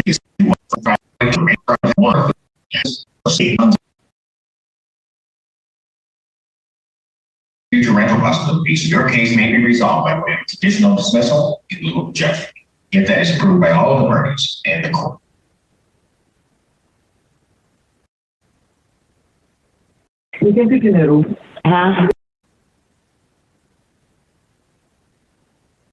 '14A District Court is now back in session. The Honorable Judge Cedric Simpson presiding. The court does call the case of Applied Financial Strategies versus Denise Boggs. Morning, Your Honor. Fred Lucas appearing on behalf of the plaintiff. Good morning, sir. And Denise Boggs? Denise, Okay. sorry, it was muted. All right. Okay. And what is plaintiff's claim is owing in this matter? In this complaint, we have not received payment in the complaint. I'm pulling it up right now because I apologize. I don't know why it's not showing up here. There's approximately $11,520 due. Plus your costs in this case. Yes. And ma'am, what do you have to say about that? Or how would you intend on getting this paid? I would like to have the case adjourned so I can seek legal advice. All right, you're entitled to that. My next available date is February 14th. So I'll adjourn the matter to February 14th, 2025 at 1 p.m. That is an in-person proceeding. Okay. Because of the time of the adjournment, escrow, which I'm sure plaintiff would be requesting, escrow is reserved from this date. Thank you, Your Honor. Thank you. Thank you, folks. Bye. Bye. Bye-bye. Court does call the case of Chittister Place versus Ronald Melcher. Thank you, Your Honor. Good morning. Paul here with the 31986 appearing on behalf of the plaintiff. Melcher? Do we have a Melcher? Not here? If you'd like to take default, raise your right hand, sir. Do you solemnly swear or affirm testimony you're about to give will be the truth, the whole truth, and nothing but the truth, so help you God? I do. You may proceed. Thank you. Plaintiff requests a default judgment. The amount of rent that appears in the ledger, including January's rent, is $270, $162 in court costs for a total amount due of $432. We'd ask that judgment be entered requiring the payment within 10 days. Judgment to the plaintiff, that is by default for possession, redemption amount, any amount requested with the writ issue in 10 days. Thank you. Thank you. And Chichester Place versus Nevaeh Wright. Yes, hello. Okay. Hello. 986 appearing on behalf of the plaintiff. All right. And what is plaintiff's claim in this case? Your Honor, there's a very small balance. It looks like it's January's rent only. The amount of rent due is $156 plus court costs. I'm afraid if we adjourn it, there'll be February's rent of $232. Right. What's your monthly rent? My monthly rent is $232. So how are you intending on getting this paid? Well, I know next month, February, tomorrow, I will pay the remaining balance for January and February. So just pay both. Do I have When are you intending on doing that? Before the 5th of February. So you're going to pay the entire balance plus February by the 5th? I'm gonna try to pay it before the 5th, but if not before the 5th, most likely in the next 2 weeks it will be paid for the remaining balance. I think it's like 500 and. All right, ma'am. On the 5th, how much are you going to pay? I can pay let me look at the paper. I can pay $256 on the 5th. And you can pay it by February 5th. Mm-hmm. All right. And then you think you'll be able to get the balance paid up by? I don't think I know I can get the balance paid up by within the next 2 weeks of February. So sometime before February 14th? Yes, sir. All right. Then what I'm going to do, you're entitled to the adjournment. So I'm going to adjourn it February 14th, my next available date, 2025 at 1 p.m.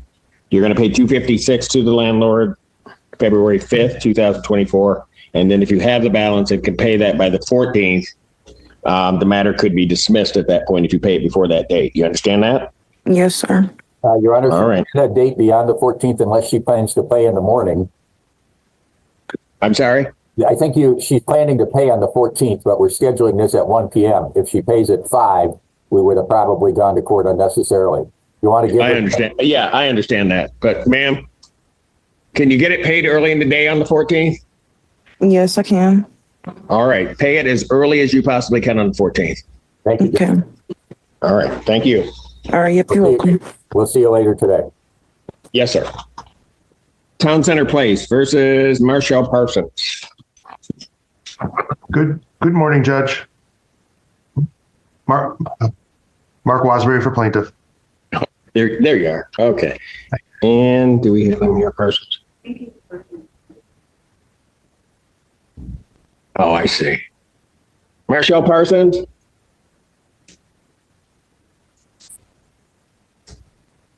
Mr. Parsons, I think we have you. Are you at the courthouse on a computer? Do you know how to unmute?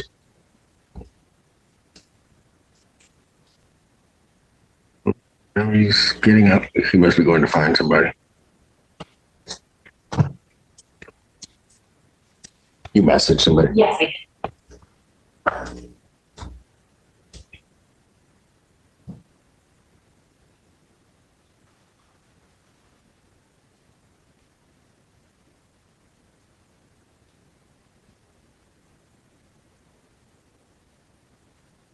Thank you. Mm-hmm. Hello? Hello. What's your name? Marshall Parsons. Thank you. All right. Mr. Wasbury, what is plaintiff's claim in this case? Rent to retain possession is $766.61. Court costs are $179.84 for a total of $946.45. All right. Mr. Parsons, how are you intending on getting that paid? Well, I went to the DHS office and I guess they denied me, so I got an appointment with Cops on the 28th. Of February? Yeah. Okay. I've been paying off a funeral. That's why I'm behind on my rent. So I'm trying to get somebody to help me get caught up. Yeah. How much is your monthly rent? It's $235. All right. So how are you intending on getting your February paid? Well, see, that's why I'm trying to get help from Hawks, because this is my last month for my funeral payment. Then I'm done with it. So that's why this is your last month of what? They're paying that funeral off. Hello? Okay.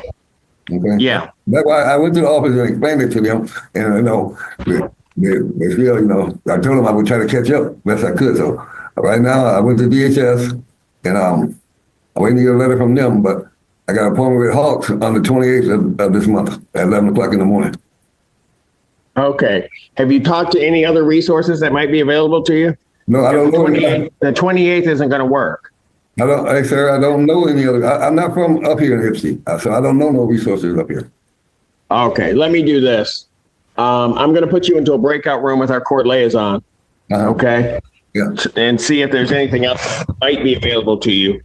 I will adjourn this to my next date, understanding that you're not going to have your Hawk appointment by then, but we'll have to figure something out. So I'll adjourn this to February 14th, 2025 at 1 p.m. Okay. You just stay right where you are. All right. And we will put you into a breakout room. You'll be talking to Amy. Okay. Okay. All right. Thank you, sir. Yeah. Court does call the case of Town Center Place versus Carolyn Lee. May it please the court, Mark Wasbury for plaintiff. Carolyn Lee, I do not have her, sir. If you raise your right hand to be sworn. Judge, respectfully, I'm requesting an adjournment. She paid all but the court costs and promised that and February's rent, I think a week from today. She promised it next week. So if we adjourn it. Gotcha. Yeah. Okay. February 14th, 2025, 1 p.m. Thank you. All right. Thank you. And Town Center Place versus Wayne Sparks. May it please court, Mark Wasbury for plaintiff. I see Mr. Sparks there. Mr. Sparks, can you unmute?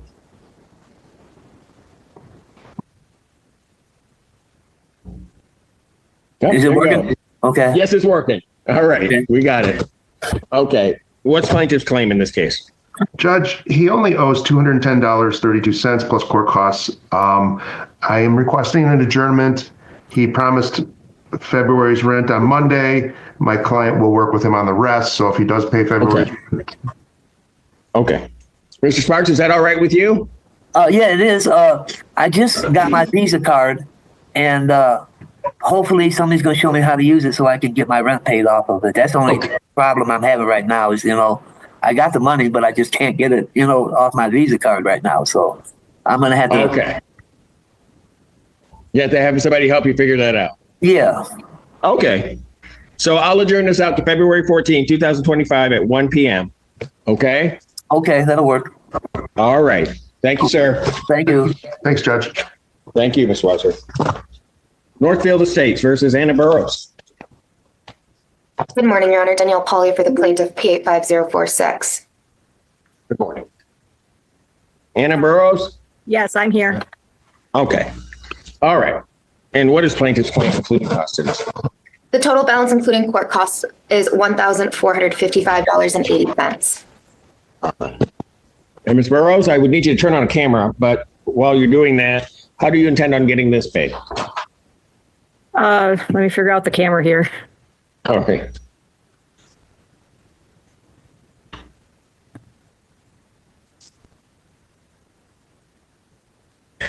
Oh, she got it. Did I get it? Yes, you did, but I'm not sure what, it looks like it's covered in some way, but we'll work with, okay, maybe not. We'll work with that. All right. How are you intending on getting it paid? Well, what I had come up with was I was going to pay $100 a week and then at the end of the month pay a full lot rent payment at the end of February and continue in March paying $100 a week and then pay another full lot rent payment. I have not talked to Jeannie at Northfield Estates about this, possible arrangement. the balance that the attorney for the plaintiff has said is part of the February rent, which is due tomorrow. And so that was my... Well, hold on a second. Counsel, does that amount you have include February? It does not include February. If she would like the balance including February, I can tell her that, but it does not include February.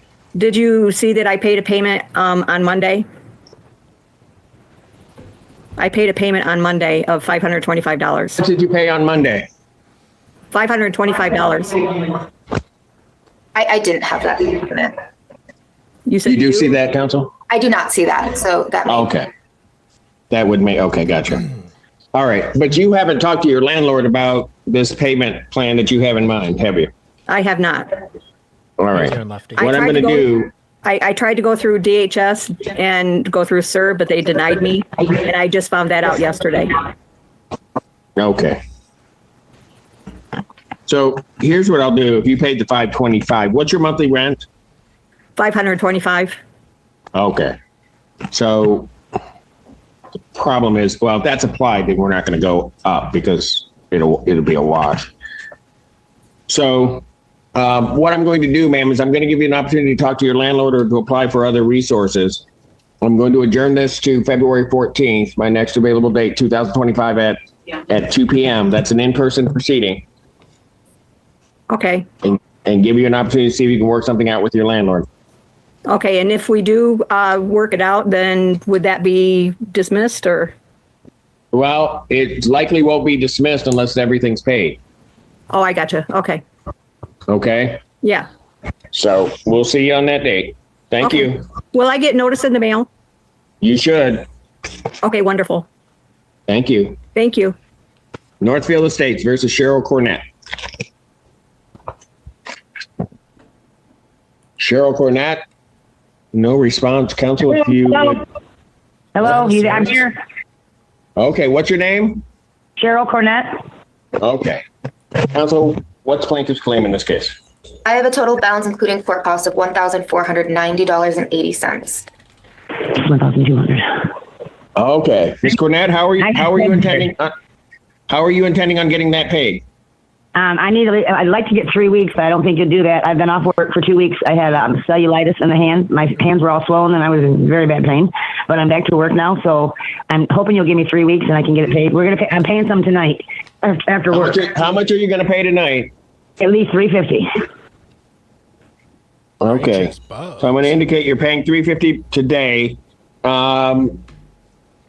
and give you an opportunity to talk with your landlord also. How much is your monthly rent? $540, I think. Okay. Is there any way that you can find a way to pay another $190? Oh. I'm not sure. I'd have to see if I can borrow it from somebody. Okay. Well, here's what I'm trying to do so that you know. I'm going to give you your adjournment. Really? But if you pay the $350, then actually it's not $190. It's going to be $90. Serious? $90. Well, no, $190. I'm right. He's watching the chat. Yeah. 190 to 190. Sorry. And if you paid the additional 190, then when February clicks in, we're still at the same figure, which is I don't want it to get any worse. Right. Okay. You follow me? Oh yeah. I mean, I can do the 350 tonight, but the 190 might have to be like next week before I can get and then plus I'll put more with it. That's fine if you get that, because then when we come back, if we're at the same balance, then we can look at it. You'll talk to your landlord. We'll try to figure something out. Have you applied for any outside resources, ma'am? Well, I just had to apply at SCR because my furnace went out. I've been with no heat pretty much the whole winter. So I had to get a new furnace put in. So that's why I'm behind. They only helped me with half. Got it. Okay. I'll adjourn it to February 14th, 2025 at 2 p.m. Okay. Pay the $350. See if you can find the $190 the next week. Get that paid. So we're at least we're keeping things steady. Okay. Okay. Thank you so much, sir. Thank you. Bye-bye. Northfield Estates versus John Kanicki. John Kanicki, I have no response. If you raise your right hand to be sworn, if I haven't sworn you in, and do you solemnly swear a firm testimony you're about to give will be the truth, the whole truth, and nothing but the truth, so help you God? yes. Go ahead, Counsel. I have rents to retain $3,389, costs of $216.80, for a total of $3,605.80. We're seeking a possession judgment with writ to issue after 10 days if it's not paid. Judgment to the plaintiff. That is by default for possession. Redemption amount is in the amount requested with a writ issue in 10 days. Northfield Estates versus Catherine McKeever Gibson. Catherine McKeever Gibson, no response. You may proceed, Counsel. Your Honor, I have rents to retain $1,181, costs of $216.80, for a total balance of $1,397.80. We're requesting default judgment, possession only, writ to issue after 10 days if it's not paid or they don't vacate. Judgment to the plaintiff. That is by default for possession. Redemption amount is in the amount requested with the writ issue in 10 days. And Northfield Estates versus Dale Kidder. That matter dismissed on plaintiff's motion without prejudice. I think that's it. That's all I have for you. Thank you, Judge. Have a great weekend. You do the same. Court calls the case of Bourne Graham versus Galen. Is it QB? This is Bjorn Graham. Okay. Your Honor, it's Kiwi. Galen Kiwi? All right. Very good. Okay. This is a non-payment of rent case. Sir, how much are you claiming is owed? Including the month of January, it sums to $4,375. And Your Honor, that's not correct. Hold on. Does that include your costs, sir? No, that's just rent. That's all I'm looking for. All right. Sir, what's your response to that? Your Honor, I just checked. I've been paying over Venmo. I've offered to pay Bjorn rent since October. I've had the money, and we're on a month-to-month lease, so he's told me several different things. First, he told me, because I couldn't pay the rent for 2 months because I got laid off from my job, but I'm making money now, but I don't have enough to move out. So basically, he just wants me out, and he told me, he's like, don't give me the rent money because it'd be easier in court for me to just kick you out when I want you out. So instead of working with me because I'm not on my feet, he just wants me out, and he's saying, I hope stuff gets worse for you and all that, because I basically blew up on social media. But let me ask you this. The amount that he wants, paid is incorrect. How much do you believe you owe? $26.78. On June 27th, I paid $625 for July rent. And he also did not factor in I gave him a month rent security deposit. That's extra $625. Well, that doesn't come off of anything at this point. Okay, well there would be at least an additional $447 of payments that I've made. And this is when he's told me to not give him any money at all. I still been sending him some money because he seemed like he was kind of on the fence. Like, okay, so sir, sir, the $26.78, you have that money? No, like I get paid once a week, so it's not like I made a lot at first, but my income kind of fluctuates because it's kind of like tips based. So I've made a significant amount, but I don't have like savings. But so it would be whatever. Sir, have you attempted to get any resources to help you get paid up? I don't know. Even with the amount that you're claiming is owed? Well, it's like basically since we're on a month-to-month lease, like he wouldn't even accept the rent if I offered it to him. Okay, I understand that, but have you sought any other type of assistance? No, Your Honor, but I would do so if I knew the resources available. All right. Do you have your monthly rent is $625? Yeah, I don't have it now, but I could have paid him this month. Like I offered. Okay, I didn't ask you that. No, currently I don't. You do not currently have $625? I do not, Your Honor, no. All right. I was just going to give you the amount. So based on my math, if you're excluding the security deposit, which he told me he plans to keep, which is an additional $625, I have $33.03. And I could send proof of the dates I made payments. I paid on May 3rd, 57, June 20th, 10. Sorry. Here's what I'm going to do. I'm going to adjourn this matter out to February 14, 2025 at 1 p.m. That's in person. Both of you must be here. You paid through Venmo, so you need to bring me your Venmo receipts. And then plaintiff needs to bring a ledger. The ledger being an accounting of what he's paid or hasn't paid. Okay, thank you, Your Honor. and bring that in, and we'll figure out exactly where you are and if it's going to be paid and how we're going to do this. All right. So that's February 14th, 2025, 1 p.m. in person. Thank you, Your Honor. Thank you. 14A stands in recess.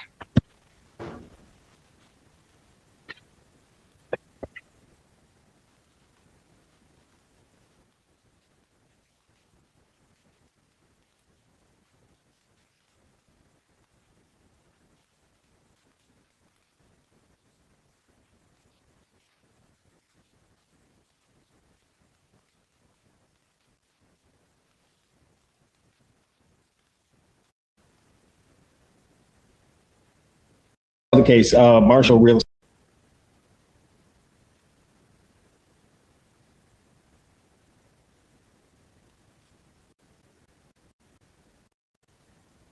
Washington State of Michigan, now back in session. The Honorable Judge Cedric Simpson presiding. You may be seated. Court does call the case, Marshall Real Estate Group versus Gary Ziegler. Hey, good afternoon. Great going, Ryan. Sweeney appearing on behalf of Marshall Real Estate. Is this some kind of blot test from a psychiatrist? What's going on here, Ryan, buddy? And Gary Ziegler, are you here? Oh, he's up there. Did you try to take a picture of a freaking laser? Mr. Ziegler? I see him, and last week he had to call in or do something different. I don't remember what it was. Yeah, I see him on my screen, but there's no response. Hey, there's Ryan. Mr. Ziegler? I think we had to do this last time. He muted. Mr. Ziegler? You can probably hear me. We can't hear you because you're muting and unmuting. I'm going to suggest that you sign off and sign back in, and then we'll call it back up, Mr. Sweeney. So I'll call it right when we see him again. Thank you. All right. Court to pass that matter. Court calls the case of Arbor Manor versus Mika Claybrook. Thank you, Your Honor. Paul Hughes, P31986, appearing on behalf of the plaintiff. Hi, how you doing? Hello. What's your... Hi, Judge. Doing well. Pardon? I'm sorry? Your name? Mika Claiborne. I didn't hear you say it. All right. Okay, where are we on this case? Your Honor, we have two cases that were before you today for a fourth hearing. You were working with the defendants and allowing for assistance to be processed. The other case will be dismissed. Ms. Claiborne's case, they have not made the commitment for payment. And I think she was getting payment from Hawk. The balance that's due is $2,363 plus court costs. And I'm not sure what the status is. They haven't received written commitment from them. So you haven't, on the other case, you've received the commitment, and that's why you're dismissing. But on this one, you haven't received a commitment. That is correct. May I speak, Your Honor? So, okay. Go ahead. So Go ahead. I just got off the phone with Alicia Sykes, who is my caseworker for SOS, and she checked and she said it's not yet approved, but most likely will be at some point in time today. She just needed like the last couple documents from me last night, and I sent them to her. So it's like processing in the system. And so she said it will be for $2,363. $2,363. $2,600. Yeah. And then I also discussed with her that I will be making my February payment on the 5th, because I get paid the 5th and the 20th of every month. Gotcha. Okay, so you're going to make your February payment on the 5th. Yes. And this, give me that number again. Just say $2,363. 363. And that, the 2363, Mr. Hughes, that will cover the balance of the rent through January, but not the court cost of $162, and February's rent will be due tomorrow. Okay, so right, so that's what I was trying to get at. So what our problem's going to be this, not a huge problem. Okay. There's going to be you pay your February rent, but what they're paying, that's correct, is going to not include the court costs. Okay. So you're going to end up with 162 short. Okay. So let me ask you this. When you get to pay on the 5th, can you pay February plus the 162? Is that a possibility for you? I know. Only because The rental amount looks like it's 50. It'll be 235. Hold on. I'm sorry, Mr. Hughes. The rental amount looks like it is $59. No, they just raised it to 73. I actually just signed a document. Oh, okay, so it's 73. So it'll be 73 starting February plus the 162, so 235. Yeah. Can I split it in half between the 5th and the 20th of February? Okay, let's do this then, because it's so close that we don't have the commitment, but you're saying they told you that it would likely be committed. Yes. All right. So what's half of 62, 81? So when I pay the court costs, would that be paid to Arbor Manor or to you guys? Oh, no, it's payable to them. Okay. Okay. So here's what we'll do. What I want you to do, and I'm going to do one last adjournment, because if it's approved today, they then should get the commitment. I want you to pay $154. Okay. By February 5th. Okay. To the landlord. All right. What that is that's half the cost. Okay. And then what's going to happen is somehow or another, we're going to still have a balance of 81. Okay. And I can pay that on the 20th. Right. The problem is I don't want this case to run out that way. Right. Okay. So we'll figure something out. If you happen to think you can squeeze that 81 out so this thing can be done with and get dismissed, I'm going to suggest you do that. Yeah, I'm going to try for sure. Because that will be the better way to go. Yeah. If we can do that. That sounds good to me. I'll definitely do my best. By the 5th. And I will adjourn this out one last time so we can get that commitment in to February 14th, my next date, February 14th, 2025 at 1 p.m. So the whole key here is if you can get that 81, the 152 plus that, or 154 plus the 81 in, then what will happen is on the 14th, it goes away. Okay. Okay. Well, if I pay it before the 14th, will I still have to show up to court? Yes. Pay the 81, you mean? So you pay the 154 on the 5th and then find the 81 between then and then we're good then too. Would I still have to show up to court though on the 14th? Why, you don't want to come see me? I mean, I'm just asking. This is how my feelings get hurt. I know I want to see you, but you know. No, you wouldn't have to as long as the landlord is clear that you paid it. Okay. So you have to make sure that it's paid enough in advance of the 14th. Okay. Okay. All right. Okay. That sounds good. Is there a number for me to contact court if I just want to double make sure? You can call, Mr. Hughes, for you would suggest you call the apartment complex? Yes. And if or you can't get a hold of them, my phone number is on the papers. Okay. So call the apartment complex. If you can't get through to anybody, then call Mr. Hughes' office, and that's on your paperwork. Okay. Okay. Got it. All right. Sounds good to me. Okay. Take care. We may or may not see you. All right. All right. Take care. Thank you. Court calls the case Forrest Knoll versus Daniel Cripps. Thank you, Your Honor. Paul Hughes, good afternoon. P31986, appearing on behalf of the plaintiff. Hi. Hello. All right, where are we on this case? Your Honor, this case was adjourned as the last one for processing of payment. My client has received a commitment for payment and has instructed me to file a voluntary dismissal without prejudice. And ma'am, you have any objection to that? Nope. Oh, I didn't think you would. Okay. Yay. All right, case is dismissed. Thank you, ma'am. Have a great weekend. You as well. Is that it for Mr. Hughes? Yes. Okay. Have a good weekend, sir. Thank you. You too. Thanks, Judge. Sycamore Meadows versus Travis Jamerson. Good afternoon, Judge Carrie Zanning, P67390.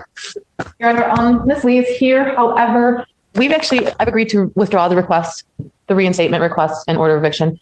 We did the restart. The restart took place last week, and we have a plan of attack for the rest of the payments. But if you remember Yeah. Oh, no. I know, Judge. I know. And I apologize for not being here last week. I was actually in St. Joe Judge, and I'd much rather drive here, but some places call me elsewhere as well. So understood. And who was on this? Miss Lee was. But we discussed it, and I told her I was withdrawing the request for the reinstatement and the order of eviction, and that the conditional dismissal would stand. If you want me to go. Is she in the building? Let me go. Jill, did she leave? Did she leave? No. Is she? Okay, let me go grab her. I just want to make sure. And Mr. Ziegler, are you there so I can call your case up next if possible? He is still not answering. Did he sign off and sign back in? He has not signed off and signed back in. It's dialed in, but the number of game does not match the one dial and I have. Got it. He's told you that he dialed it though. Yeah. Okay. All right. Well, we'll try to deal with that. All right. We're Sycamore Meadows versus Jemison. I indicated on the record that I was withdrawing the reinstatement package and the request for written, that we pretty much worked out the rest. Yes, Your Honor. Tish Lee for Mr. Curtis Jemison. We don't have any objection to it. All right. So motion withdrawn. Thank you, Judge. Okay. Thank you. That was easy. I thought that would happen with you too. Okay. I didn't mean to say that was in my head. I don't know how it came out. I have those moments as well, Judge. It just did. I wear the red boots so that maybe I can get away with it. With that? Nah. Sycamore Meadows versus Kayla P. Oh, Your Honor, can I grab my things and cyber? You're on this one? Yes. Now, yes, go ahead. For the plaintiff, Carrie Zannon, on behalf of the plaintiff. Kayla P. All right. While we wait for your attorney to get back. The individual who has signed in or dialed in one with the last three digits of 173, if you could please hit *6 on your phone and unmute and identify yourself.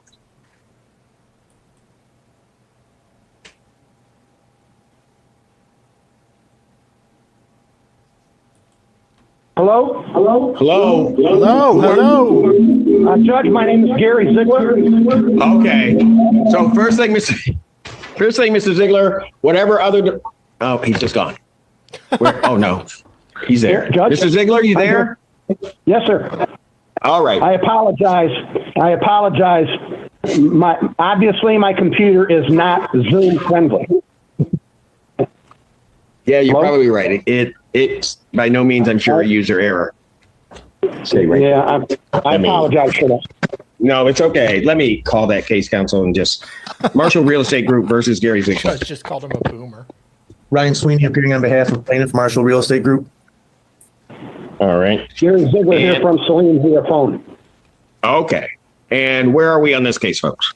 So last time we appeared, Your Honor, Mr. Ziegler was set up with a social worker to assist in getting his application in this court.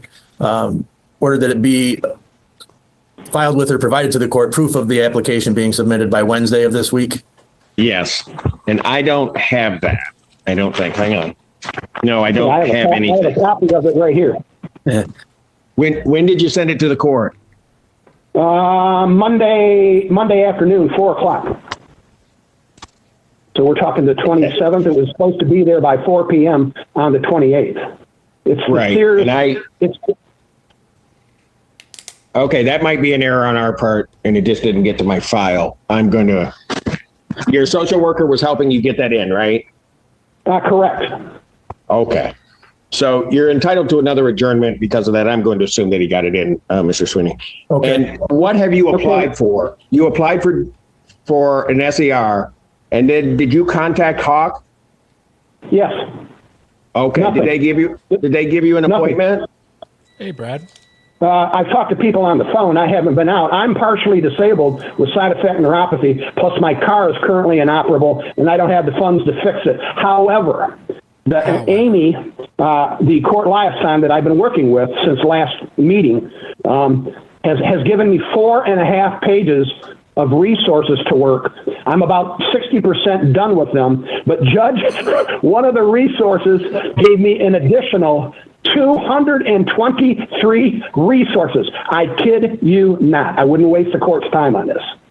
Okay, so I have additional resources to work through, but I'm just going to be perfectly candid, save everybody some time. Here's what I'd like. But go ahead. Okay. Point taken. Go ahead, Mr. I know I need to give this, and I haven't talked to an attorney. Nobody's even answered the phone. All due respect. Swear to God. Okay. But I want to end this. Okay. And I know that I need to end this by paying what I'm due. But I want to try to work in the next 2 weeks to move out of here and at the very least give the Marshalls their apartment back. Okay. So in a nutshell, I know that's all fine and dandy, but no ticky, no laundry, bud. Right. You owe $3,750. If there's one of the resources that I just found was the dispute center. Obviously, I don't want an eviction on my record, but I'm headed there for sure, unless I, either cough up the money or move. I'd like, if I can be so bold, is to please ask for another 2 weeks work effort to meet that end, to at least move out of this apartment in 2 weeks and give the marshals back their apartment. So, Your Honor, what I'm hearing almost sounds like a consent for possession in 2 weeks. If the funds are not paid by that date, he will move voluntarily. And I would do that as like a pocket judgment so that no eviction would go on his record if he does actually keep to his word and either pay or voluntarily move. Well, it won't be for lack of effort. That's all I can promise. Like I said, I don't even have, it will not be for lack of effort. Go ahead. I'm sorry. It's all right. Here's what I'll do. And I'll take that into consideration. If he doesn't move out in terms of the time limit, Mr. Sweeney, that will be granted on any judgment. But I'm not going to grant a judgment that way. But what I will do is I'll adjourn this out 2 weeks, let him see whether or not either he's going to come up with the resources to get it paid or vacate the premises at that point. Yeah. Okay. Let me, Your Honor, if I could, one last thing. I have a tentative acceptance in 2 senior housing units, McNamara Towers in Livonia and Dunn Family Co-op Apartments in Centerline. I've submitted the paperwork. I'm not only in line, I've been told by parties verbally, okay, in all honesty and candor, nothing in writing. They won't give you, for whatever reason, they won't give you even a tentative move-in date. But I am on the waiting list, and I am very high on the list. And in all honesty and candor, both of those places, okay, again, McNamara Towers in Livonia and Dunn Family Co-op in Centerline, which I would gladly take. Beggars can't be choosers. I'm in a tough spot. I need to go. I get that. Okay, so I have the deposit for both of those places, and I have a tentative agreement from my brother to cover the moving costs. Okay, I get that. So here's the thing, Mr. Ziegler, you need to make a decision on which way you're going. I'm giving you 2 weeks to do that. Okay?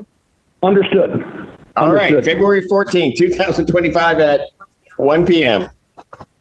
Thank you, Your Honor. Oh, you'll send a okay. You'll send a notice for that, right? I'm presuming we will. Yes. Yeah. All right. Thank you, sir. Thank you. I can hang up, right? Yep, you can hang up. Okay. Thank you. Thank you. Bye-bye.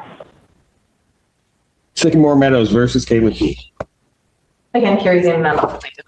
Jill Bauer on behalf of Ms. Case, also present. All right.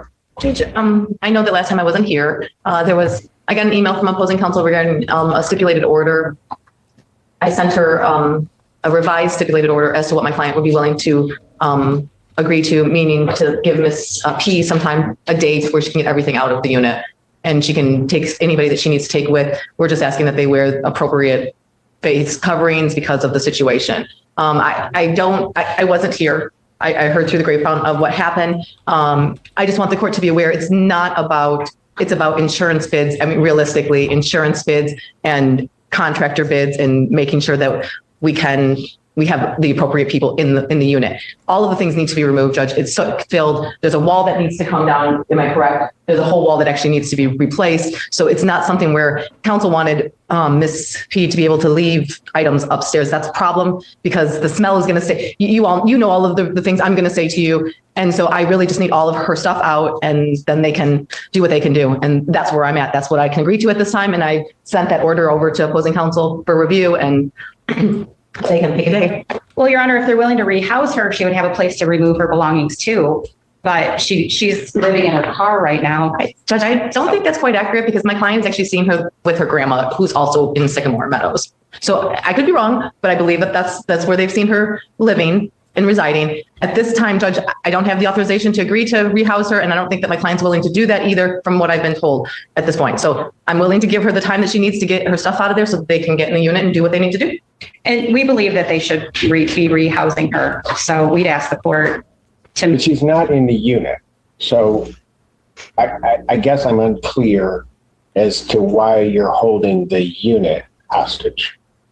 Well, we're not really holding... Put it bluntly. I mean, because that's what you're doing. I mean, they can't... If her things are in there, they can't do anything. And so I don't know who that benefits. Well, Your Honor, I was not aware that it seemed to me that the damage was just in the kitchen and that there wouldn't be any work being done upstairs. So that's why I thought she could leave her large items upstairs because she has nowhere else to put them right now. If she was rehoused, she would have a place to put them. That's what I was thinking. I did not have the information that a wall needed to be replaced. That would make it untenable to store things on the second floor. Okay. So now we are aware that that's the case. So what's defendant's position now? Because whether she's rehoused or not, you can't just hold this unit. I mean, I can issue an order that she has to remove her items, or she's at a certain date they're abandoned, and then they can remove them. Well, I just heard with you that the second floor. So can I ask her if she has a place to move the larger items?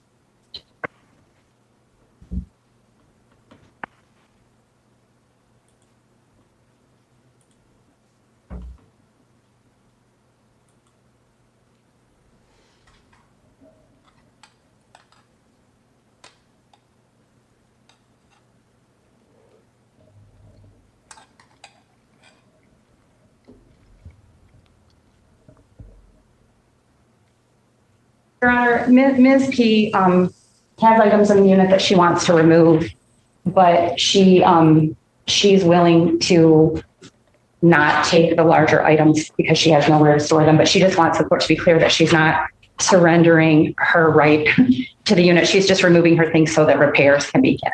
That's what she's concerned about.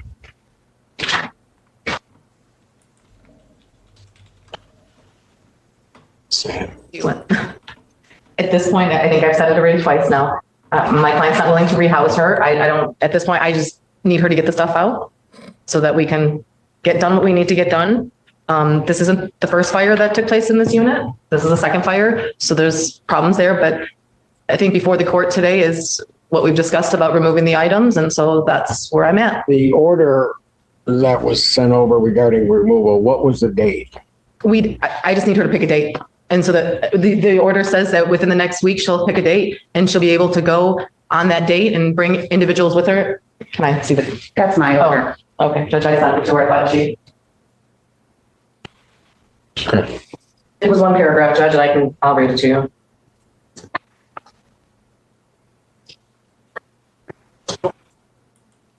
Defendant shall be provided a full day within the next week to go through her belongings and remove any and all belongings from the unit. Defendant shall be allowed to bring people with her to assist her. Defendant and anyone going into the unit shall wear protective clothing and masks while in the unit. So order. And if she wants to pick a date now, I can revise it and put the date and the time she'll be able to be there.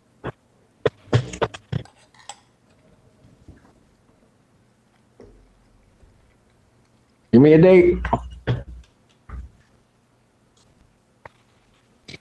She needs to talk to find out who can help her, but she will pick a date. Okay. 7th of February, so within the next week. Okay, so here's what I'm going to do. I'm not this way.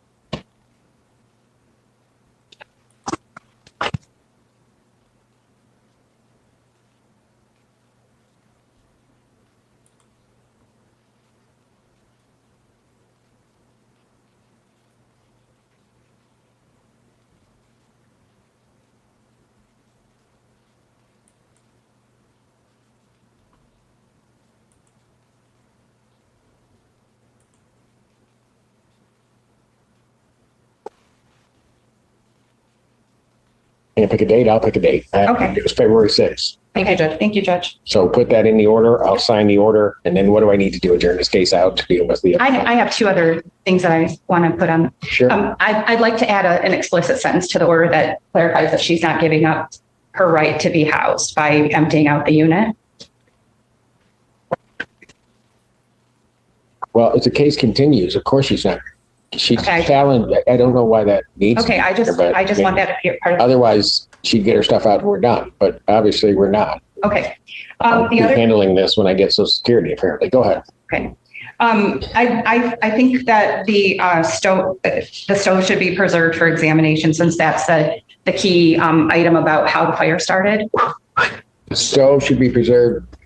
And we'd like. Is the cat going to testify? I'm sorry. I thought I'd ask. Judge, there's pictures of the stove and with the, I think they're attached. There's actually pictures and in the fire report with showing that the stove was actually on, that the pile, the knob was on to turn. So I don't know what. Yeah, I know, but the issue is whether or not a human being turned it on. I know what the issue is, Judge. I understand very, very clear. I'm not sure how we're going to resolve that, but I'm not either. I'd like an opportunity to see if I can find someone who might be able to weigh in on that. I don't know how this. Cat still available? I mean, I just asked you a question because do you still have the cat? Okay. Judge, I don't know how she wants me to preserve this. I have no way of preserving the stove. So unless Ms. Well, I would imagine that Sycamore Meadows has some storage. I mean, I get the request because somebody's going to have to show me how this. There's actually a statement in the report from the fire chief that Ms. P said that when she walked in and saw the smoke, she heard the clicking of the stove and then walked back out as well. So I don't know how preserving the stove is going to change any of the evidence that's out there, but. You want the stove preserved for what purpose? To determine whether or not there's some. Be started by an animal. I mean, that's what they put in their motion that I got yesterday. But that's what was in the. I didn't put that in the. But that was a statement, I think, by your client to the fire. But she recorded the conversation with the fire department. That is not what she said. So the fire report is not accurate. Hey, you guys are laughing, but this is why Judge Simpson went to law school, for the real hard-hitting cases. Okay, well, to make it fair, you guys are going to have to find some place to store the stove. The stove, prepare an order, got to preserve the stove as well as. My client has no place to put it. What would you like me to do? Does Miss Bauer want to find somewhere to preserve it? Judge, because my client doesn't have storage.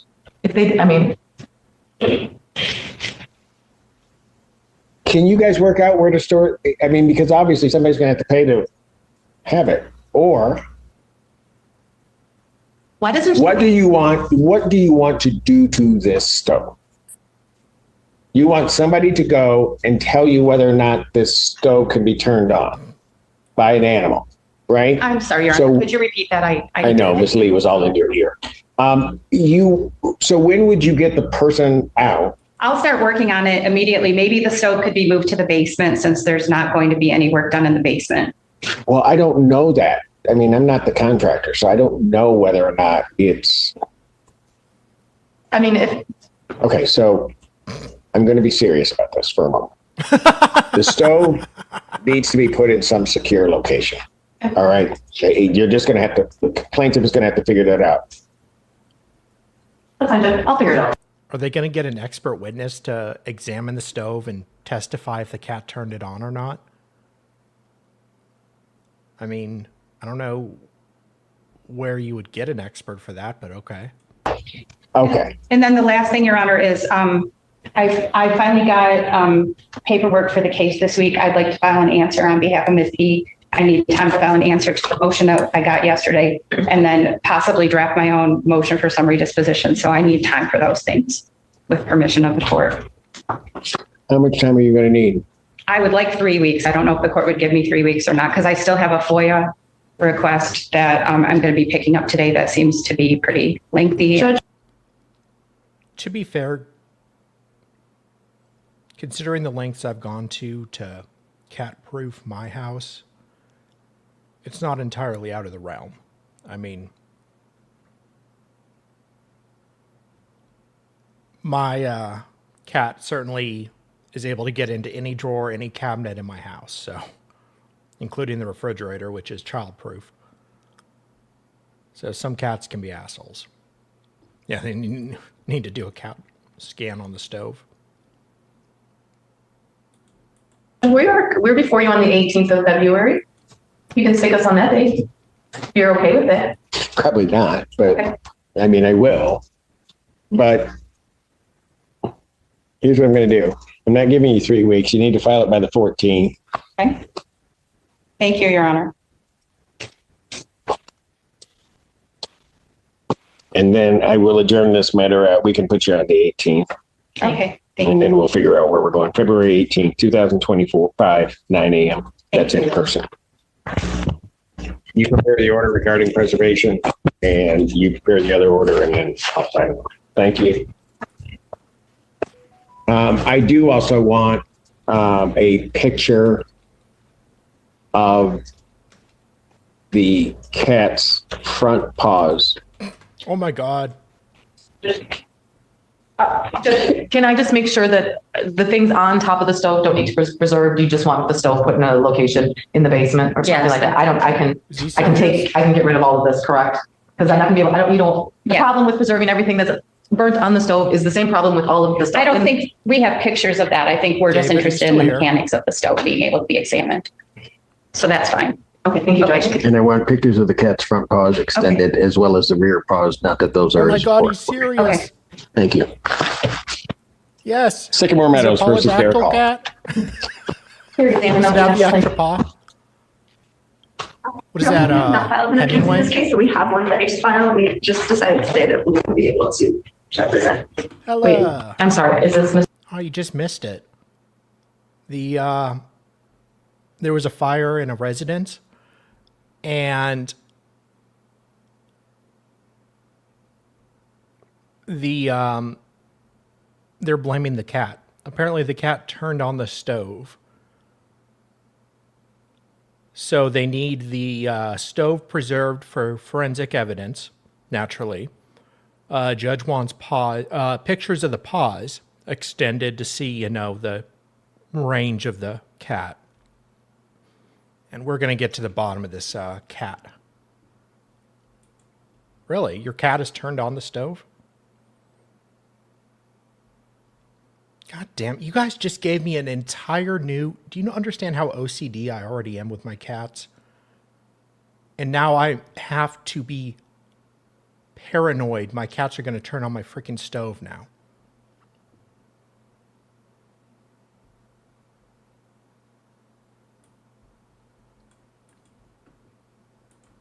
Mr. Hall? I'm confused. And why was that presented with an answer filed by Mr. Hall and you're now going to file an appearance? I just handed it. That's good. Are you filing an appearance or not? Yes. So does this stand or are you going with something else? This stands. You just decided just now that we get to file appearance. I apologize. Okay, so I guess what I want, I think what counsel for plaintiff is asking, I don't want to get into a circumstance where at some later point, they're asking to amend the answer because it was filed in pro per. Well, literally just before you called the P matter, I was handed this. I was told that it's the answer for Mr. Hall, and that's what he's filing. So it was that part, and it was also the part of confusion because I was told one thing less than 10 minutes ago, and now I'm being told another. Okay, are you listed as the attorney of record on that answer? Okay. Then if you're going to file an appearance and I'm representing that to the court, your name needs to be on the answer because you're the one that is signing regarding what is contained in that answer. So when will you get that all corrected? And I'm not going to require any type of response to what you received today. Thank you, Judge.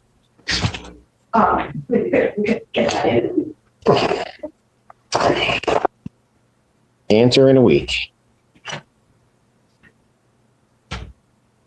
All right. And then we're going to need to take a look at everything. So I might as well just adjourn this to the 14th, February 14th, 2025 at 1 p.m. Let's see where we are. Thank you, sir. Sycamore Meadows versus Jasmine Fortune. Carrie Sandon on behalf of the plaintiff. Is here, call the name out. If you recall, this was actually a case where she was waiting for a hawk payment. She did get the hawk payment into my client. It brought her balance down to, sorry, let me just find out. No, it's fine. There's a total balance of $474. That includes the court cost. So there's a $284 plus $190 in court costs for a total of $474. I was hoping she was here so I could do a conditional dismissal with her, but she's not. I guess I could ask for a default judgment at this time, and if it's paid within a certain period of time, plaintiff will set aside and dismiss the case. That sounds, I think that sounds fair. So I'll grant a judgment for possession. Total amount is how much? $474, Your Honor. That is the redemption amount. I'll do that by default. And then For the orders, we'll say if paid in full. I'm going to say by February 14th, 2024, that plaintiff will set aside and dismiss. Okay. that'd be great. I'm going to hand Jam one. Okay. So hold that one. Well, yeah, just hold it. So she's gonna. Sycamore Meadows versus Christine Mason. Plaintiff. Your Honor, we've been trying to work out this case without representing Miss Mason, but we just made. I don't know how you do that. I get it, but we're gonna enter an appearance because there are significant issues with her ledger. All of the charges that are being assessed against her go back to previous management. They don't align with her income. They haven't been able to produce research. So are you filing an appearance? Yes, going to be filing an appearance. And then you'll file an answer, and Yes. will you do that? We can file the answer on this one probably by next Thursday. We have a judgment on this one. This is a problem I have, Judge, we've adjourned this now a couple. You're right. We have a judgment on it. We've adjourned this a couple times because Miss Mason was trying to get funds. I'm understanding that I thought she was approved for Hawk. Am I incorrect? 3,000 for Hawk, correct? And then you were approved for another amount, 200 from another agency, because the last time we were here, which was, I believe, a week or 2 weeks ago, she was just trying to come up with the balance. And so now we're making it more convoluted. And I'm just, if that was the case that they wanted to do, why didn't they do it in the beginning, 4, 6, whatever weeks ago it was? Why are we doing it now when Ms. Mason has put on the record multiple times she's just trying to get the funding, and obviously we're working with her? Well, we were waiting for documents and we didn't find out until last week that they don't have the research that we were asking for. So then I had Ms. Mason provide us with tax returns, and we see that the amount of rent that she was charged is way out of alignment with what her income was for the years that this balance accrued. She's been on zero rent since January of 2024. So this is all old. These balances are all from prior management that can't be justified with paperwork. Requests were made. I went to client. They don't have them. Previous management had them and didn't leave them in the file. I indicated that to them. However, again, I'm sitting here and they could have filed an appearance multiple times ago, and now we're doing it. Until we didn't know that the documents existed, we didn't know that we had to go about challenging the balance in a different way. I guess my problem is we're submitting paperwork or ledgers for a balance, but now we're saying we're going to contest the balance. So when we're submitting it for assistance and funding, it's okay, but now it's not because we don't have enough to cover the balance. I find that all a little disingenuous as well. Ooh. Okay, I need a cat fight clip.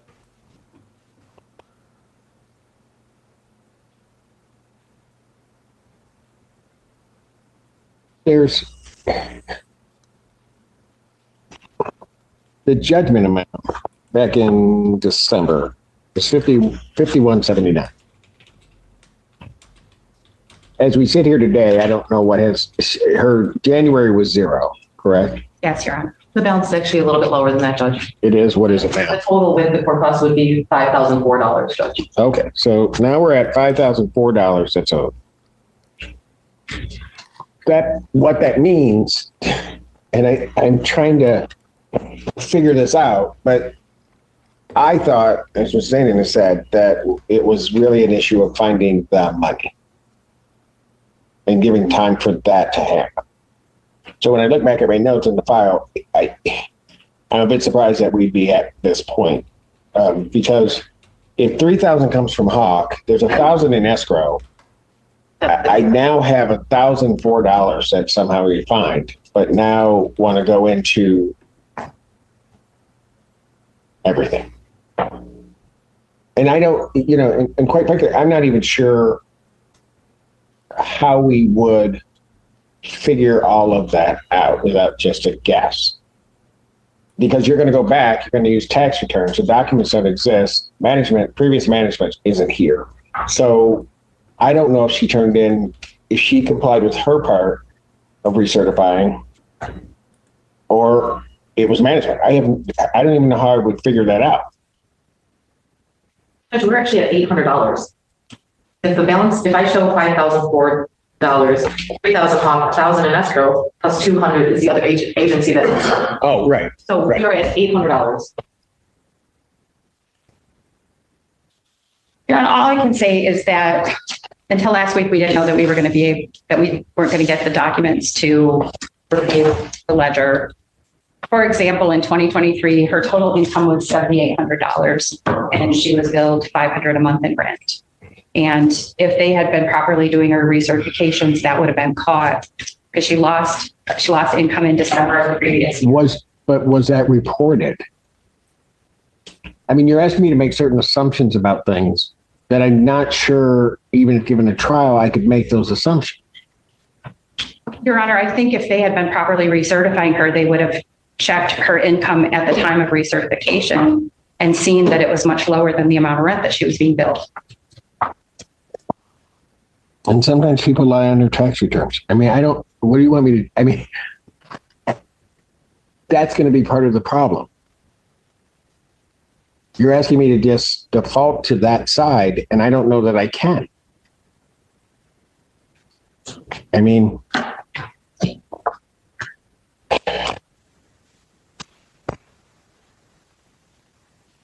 Because we actually have we have a stepping stone for default judgment. pardon? We have a judgment that's in place. Oh, I know. Oh, I know. yeah. I know. I mean, I'm just. And there's a court rule that's very clear about. I know. Okay. Your Honor. Thank you. Thank you for reminding me of my job. I'm not. No. I'm just making my arguments. No, I understand. Your Honor, procedurally, it's the plaintiff's duty to prove that she owes what they say that she owes, and there's a motion to set aside. No. You have to give me, we're at a point in this case where you have to give me a defense. You have to give me a meritorious defense for me to set aside this default judgment.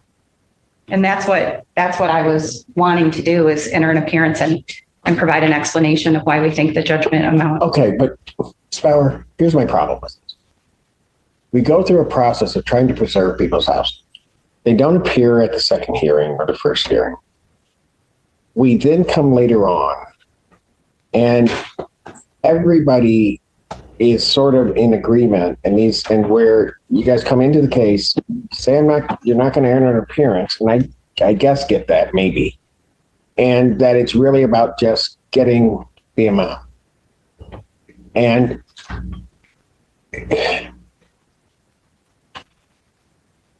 so the whole process through Hawk, and I won't go into my feelings on the time on that, but it works itself through. She gets the $3,000. She's posted herself $1,000 in escrow.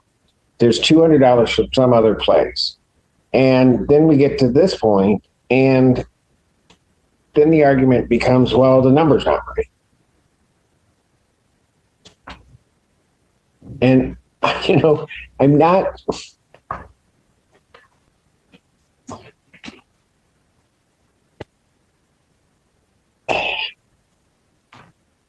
My frustration is that, quite frankly, I really don't want to play games with this. What I want is Ms. Mason's tenancy preserved if it can be. And I thought that's where we were all headed. But it seems like now where we're headed is that we're going to have litigation on litigation about what amount is due. I mean, still an $800 gap that may be able to be addressed with inaccuracies in the ledger, and then she would have assistance to cover the rest of the balance, and her housing would be preserved. But she's still short $800. I know. And so while I'd be sitting here trying to figure out, do math in a ledger of something that, quite frankly, as I anticipate, I'm not going to be able to determine. What efforts are being done to get the 800? Because she's currently at zero. Yes. So it seems to me that all of this effort should be spent getting that money in between. We are, we're working on multiple fronts, Your Honor.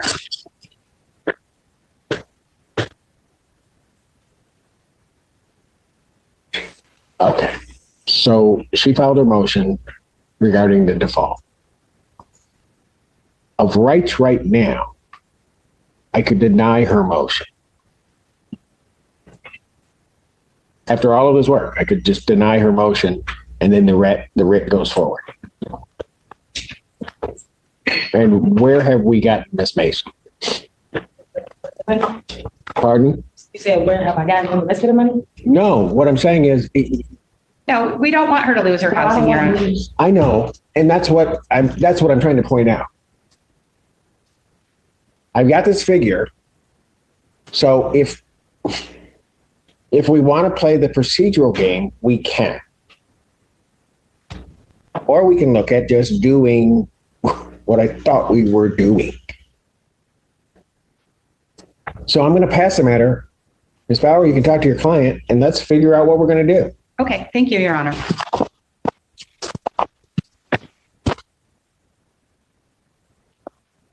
Court calls case Sycamore Meadows versus Kimyata Hudson. Again, Carrie Zannon on behalf of plaintiff.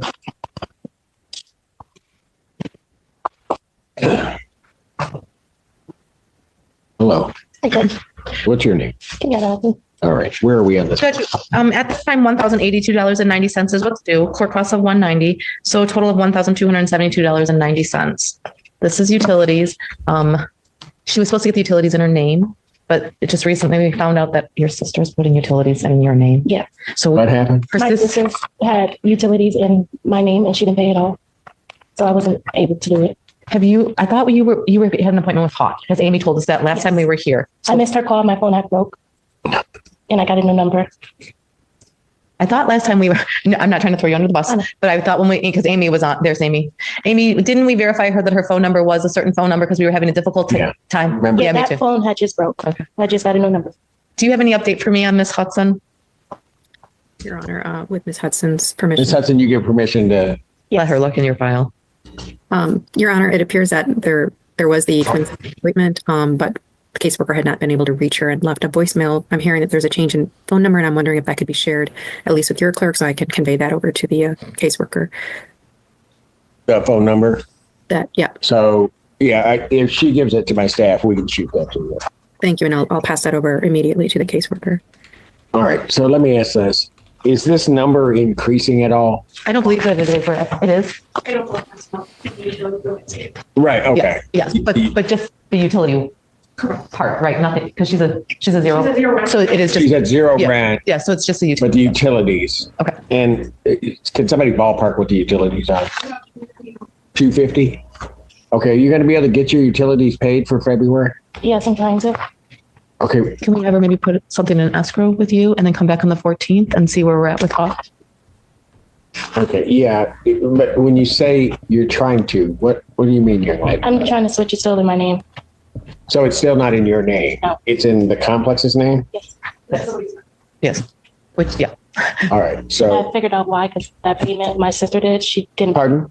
I said I figured out why it wasn't in my name because of my sister. Got it. So can you get $250 and pay it into court escrow? Yes. Okay. So when can you do that? Can try by February 20th. Okay. I can't go out that far. You have no sources of income right now, right?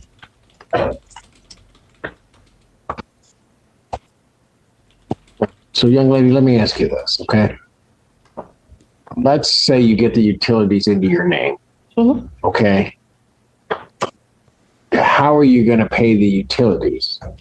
Because here's what's going to happen, and what I'm worried about. You'll put the utilities in your name. All of a sudden, you can't pay it. They'll shut it off, but really, it's going to go back into the landlord's name, and then we got this problem again. I have a bigger problem, judges, because she also gets a utility check, and she's not using that utility check to pay utilities. That's what I'm being told, and I can tell you. How much of a utility check is she getting? $157 for. This is what I'm looking at. It's 157. How much? It's 157. I haven't cashed it. 157. You haven't cashed it? What? Okay, so what do you? She said she hasn't cashed it. Okay, well then she can. Okay, so you. All right. Here's what I'm going to do. That 157, you need to get hands out of your pockets. That $157 check, you need to cash it, get it into cash, pay it into court escrow. Okay. And I want that done by Tuesday the 4th. Okay. And then I will adjourn this out to February 14th, 2025 at 1 p.m. All right. What I need you to do, we need to get her a piece of paper and a pen. I need you to write down your phone number. What I'm going to do is we're going to take that phone number, get it to Amy, who will then get it to Hawk so they can contact you. Okay. Okay.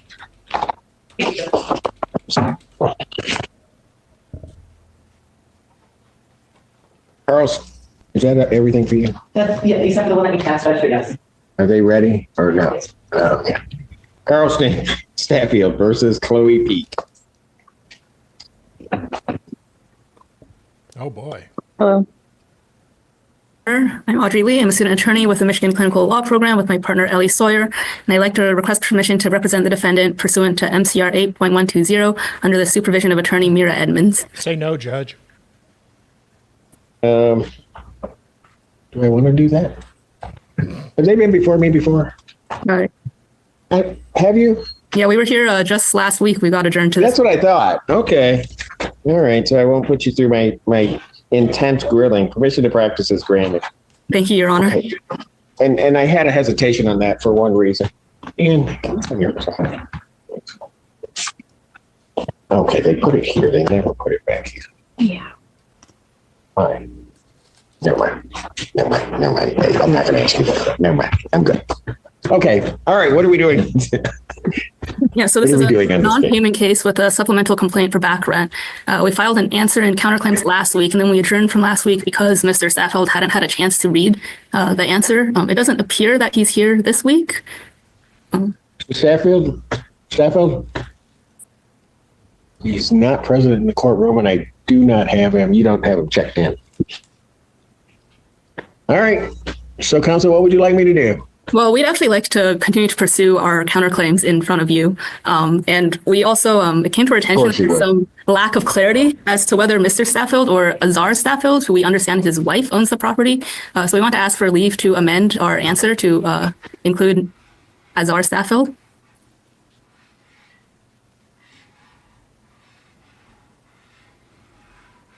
Okay. I know why he's here.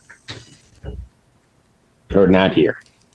He moved to dismiss his complaint. I signed off on the dismissal of his primary complaint, but the counterclaims, hold on, but the counterclaims remain. All right. So the only thing that exists are the counterclaims. Okay, I'm presuming he was served with the counterclaim. Yeah, we served the counterclaims with our answer last week. We did want to amend the answer to include Azar Staffield as well.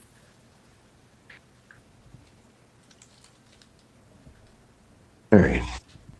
I will grant petition to amend, add the necessary parties. You'll have to provide in that amendment the basis upon which you're adding that party to the case. That also would have to be served on both the counter defendant as well as the new party. To allow that to happen, I will adjourn the matter to the 14th, 2025, 1 p.m. Thank you, Your Honor. Would it be possible to pursue some limited discovery before then as well? How about you discover? Why don't we get him served, and then I'll figure that out. What the hell is I that? appreciate it, Your Honor. All right. Okay. Thank you. And Ms. Edmonds, how are you? I'm good, Judge. It's so good to see you. I'm spending more of my time on the juvenile docket these days, but I jumped at the chance to say hi today when David needed me.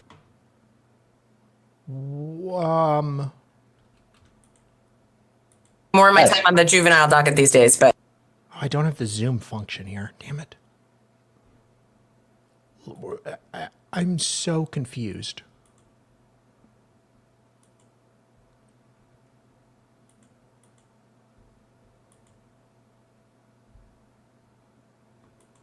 I jumped at the chance to say hi today when David needed me. Well, fantastic. And I appreciate that. Fantastic. You'd rather spend time with children rather than me. They're children of different types. I get it. All right. Thank you. Have a good afternoon, Judge. You do the same. Donald Heyman versus Angela Heyman. Is it Chenard? Get me away from her.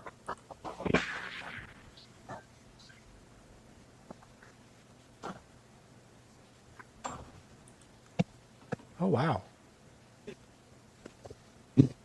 Yeah, certainly diabetic. Awesome. All right. Okay. Yeah. State your names. Donald Hammond.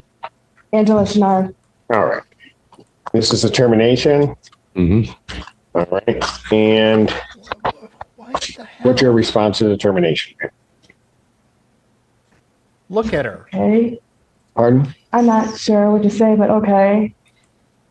All right. Go ahead. Her worker, caseworker is Mrs. Jeplin, and she is working with her to get her help. Got it. I don't know how. I haven't been able to work since I moved back into home. Parents haven't been able to work. Okay, let me ask you this. What agency is your caseworker through? Not sure. Adult. Take care of everything against me, against my will. Pardon? Oh, go ahead. I'm just saying he's taking care of everything against my will. Who takes care of everything? He has been trying to, I don't know. Okay, hold on a moment. What's the relationship here? I am her father. Got it. It's okay. father. And I don't know. Were you?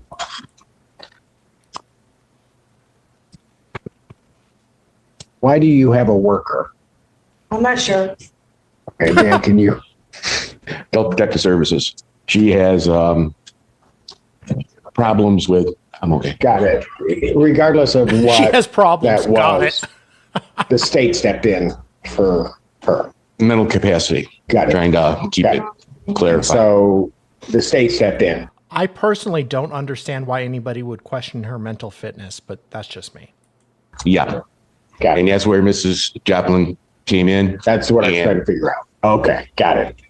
And so they're trying to find her housing. Have you looked in the circus? They want to find a guardian. Wow. I have leukemia, so I'm not capable of it to do it. So Mrs. Joplin is trying to get her a court-appointed guardian or counselor, whatever you want to call them. And she has started getting her state help. Got it. Okay, thank you. So do you know whether or not a petition in probate court has been started? I have not been informed one way or another about it. Okay. All I know is Mrs. Joplin is taking care of it. Trying to take care of it. Okay. And you know about that? You know, when everybody meets her, they want to know if the carpet matches the storage doors. Has she talked to you about that? Okay. She has been to the house and she has talked to Angela about it. But Angela does not seem to be A little bit. responsive. To Ms. Joplin? I'm pretty responsive. Okay. So, okay. All right.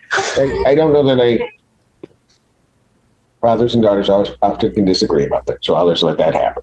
I moved in and I was helping him out the house, housekeeping. And when he had leukemia, I was helping him with that. Okay. Giving him his medication for that. And okay. Everything that I'm like, kick to the curb, you know. Okay. All right. So, Ms. Joplin, if you asked her, you think she'd come to court with you? I had told her about the hearing today. She was going to try to make it. She must have gotten tied up. Tied up or something. Okay. Because I don't. Are they talking about somebody else? Given what's being said, I'm a little bit hesitant to proceed. I'm a little bit hesitant to proceed with anything today. I want her here. So here's what, young lady, here's what I need you to do. I don't know. Whether you think what's happening is right or wrong, okay? You need to communicate to Ms. Joplin that she needs to be here at the hearing, okay? I need her phone number. They didn't really, they haven't given to me to keep in touch with her. Okay, but doesn't she, have you talked to her? She would just drop in and talk with him first, and then come up to my room and then talk to me. Talk to you? Okay, so here's, okay, all right, I got it. Talk to him and then So, how it goes. so here's what I want to have happen. Dad, if you could let her know, I get that. And then after, when she shows up to talk to you, I need you to tell her that you need her at the hearing also. Okay? Yes, sir. So let me adjourn the hearing in this case. I'm going to go February 21st. 2025 at 2 p.m. And I'm putting it out a little bit longer just to give enough time for her schedule. Thank you. And then also what will happen is if there is a petition that's going to be filed, that will also give hopefully some space and we'll be able to figure it out. Okay. All right. Okay. Thank you. Both. Court calls case, the people, or Jared Lepick versus Andrew Elliott. I was worried she wasn't going to come back. I was working on so many more jokes. Let me refresh and see if I can zoom in. Thank you. And then also what will happen is if there is a petition that's going to be filed, that will also give hopefully some space and we'll be able to figure it out. Okay. All right. Okay. Thank you. Both. Court calls case, the people, or Jared Lepick versus Andrew Elliott. Hello, Your Honor. I'm Jordan Lepick. I'm also on this case. Jared Lepick, Yes. unfortunately, was diagnosed with influenza A this morning, so he had his Zoom going and can mic in if need be, but he's got very little of a voice left at this point. Okay. All right. And yes, I do see him signed in. All right. Andrew Elliott or Travicia, is it Burrell? Travicia Borelli. Okay. Sorry. All right. Okay. What are we doing on this case? Last week, sir, you had asked that they be out of the house before the hearing today. And as of right now, they're still moving stuff out of the property. There are still people on property, including a couple of unauthorized additional roommates that weren't included in the lease. And we have yet to get in contact with Mr. Elliott. He is the named person on our lease. So we would just like to see what his status is. We haven't heard from him since the 7th. And the last thing we received from him in writing was an email admitting to the debt owed and the wrongdoing on his part, stating that he can provide the court of a copy with this email.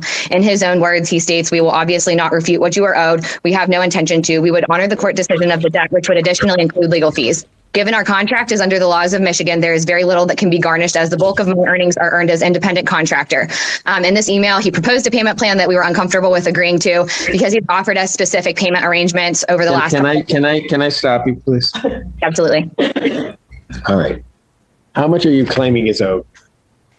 So as of right now, he owes $15,000 plus court costs of $234.43. If I may, can I give you like 90 seconds of backstory, sir? Not really.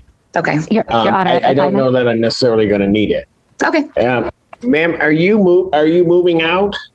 Yes, we've returned the key. I have a couple. Key or, lock. What can I say?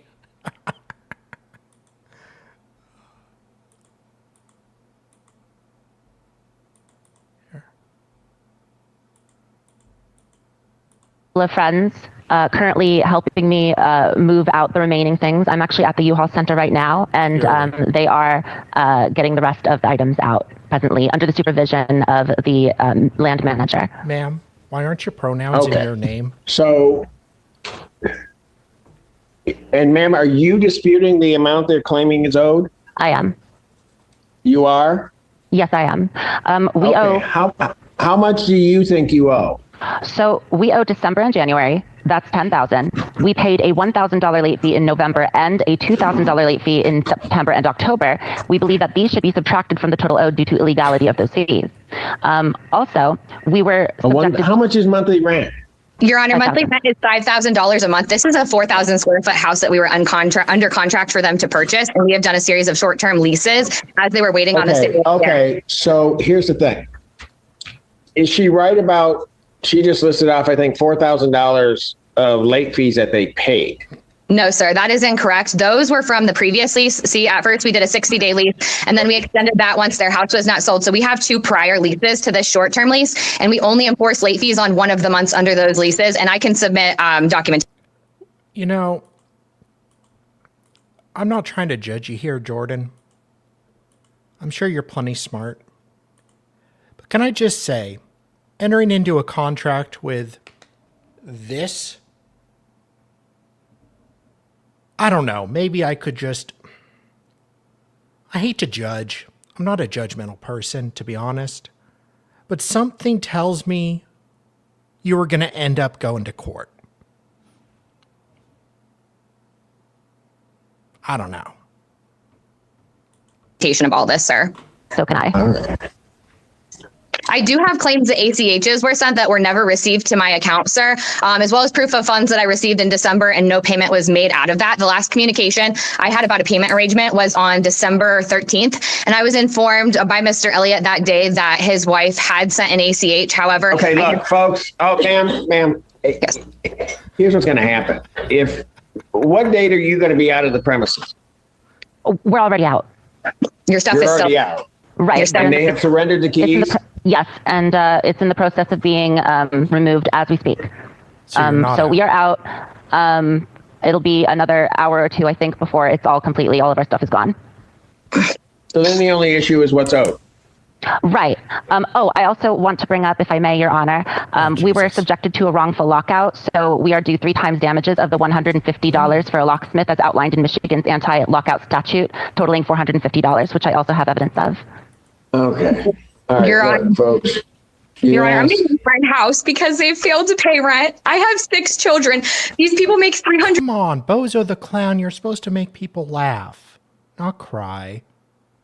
$150,000 a year is what they claimed on the rental application. I'm going to lose health $300 in my house because they've. Okay. All right, Your Honor, folks. Your Honor, I'm getting my house because they failed to pay rent. I have 6 children. These people make $350,000 a year is what they claimed on the rental application. I'm going to lose health insurance tomorrow, and my house is going into a foreclosure period as of tomorrow is 90 days late. They have money. They had subletters or whoever living with them, and I don't know if they were running a homeless shelter, if they were pocketing the rent that their roommates paid. They've just been sitting in my house, sir. This is incorrect. Okay. Okay, so basically all the shit I've said about Bozo the Clown here, I don't feel bad at all. All right. So here's the thing. Possession. Who would have guessed that this person would be an entitled B-word? Has been granted. There are 2 parts to the case. Possession's been granted or surrendered to the plaintiff. So it's kind of on her a little bit too. Possession is not. Sorry. Pardon? There are still people at the house. One of them had a residence established there apparently. They're still at the house, and unfortunately our property manager expired at noon today, as it is the last day of the month. So any clean out of anything left behind, I'm going to have to go assess for any damages left on my own next week. All right. Okay. So here's what I'm going to do. They've surrendered possession of the unit. Ma'am, to your knowledge, are there people in the premises? Bozo. Yes, there is. Are there people still in the premises?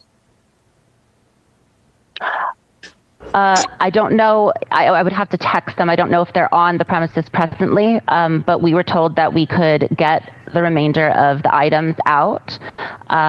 So they would be doing that if they are not presently at the U-Haul Center where I am now. Okay.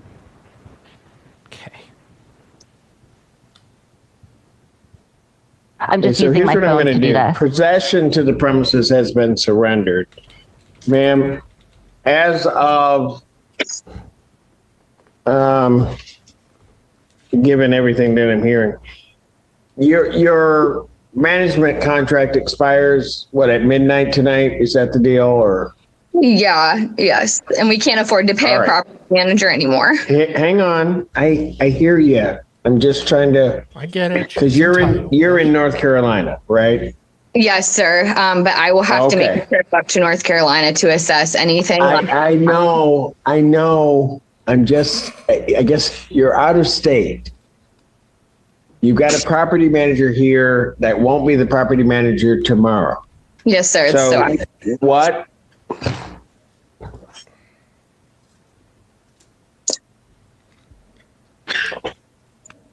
I should let you guys talk, and then I'll just go in back and then come back out. Because either you're going to listen to me or not.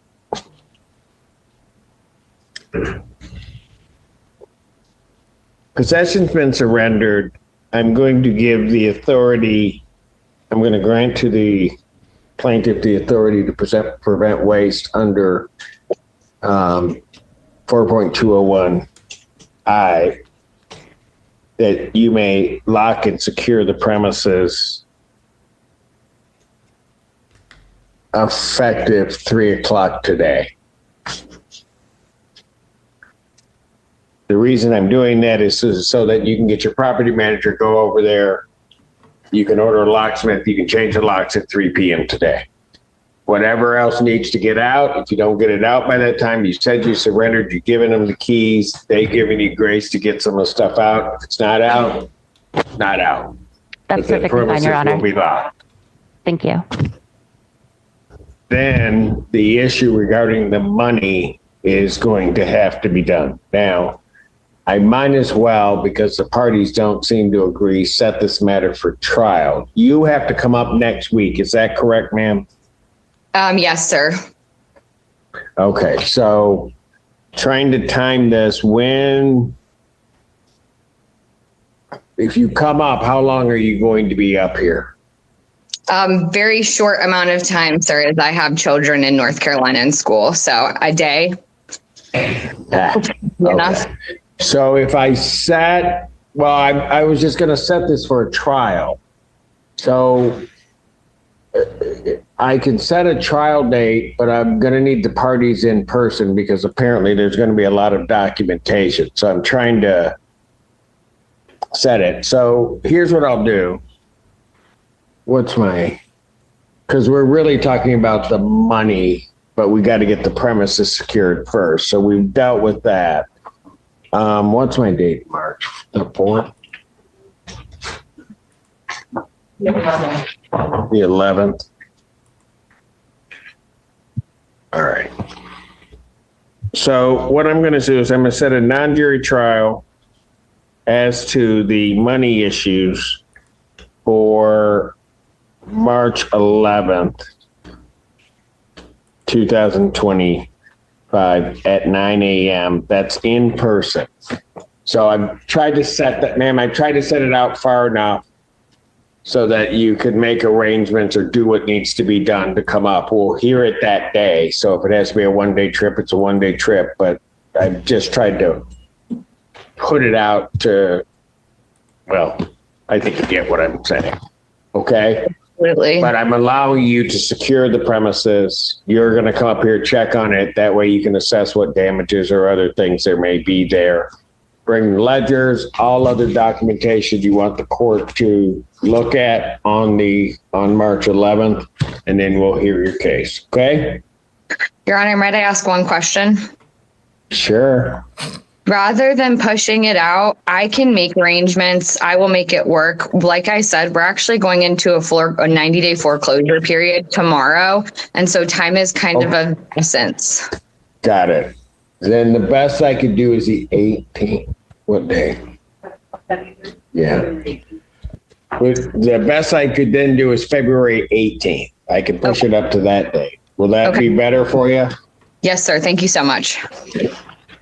So non-jury trial in this matter then will be set for February 18th, 2025, 9 a.m. Bozo the Clown, Feb 18th, Okay. 9 One more question. Will Mr. Lepek have to appear as well, or will me be appearing sufficient just because he can't afford time off of work right now? Well, he might want to have himself, if you're here, he may want to have himself, I will allow understanding childcare, work, those things. I would allow him to appear via Zoom. Thank you. And as far as Mr. So that he's present, but you will have to be here in person. Understood. And Mr. Elliott? He needs to appear. If he doesn't appear, then I do what I got to do. Okay. Thank you, sir. Your Honor, Thank you. may I ask a question? Oh God. Sure. My partner might not be able to get off work either. But My partner, they, them pronouns. I can show up. Is that a problem? I will give you the same. Okay. I will give you the same opportunities that I give the other side in fairness. So you may appear, but he would have to be available via Zoom. Okay, thank you so much. David, are you still here? Thank you. Thank you.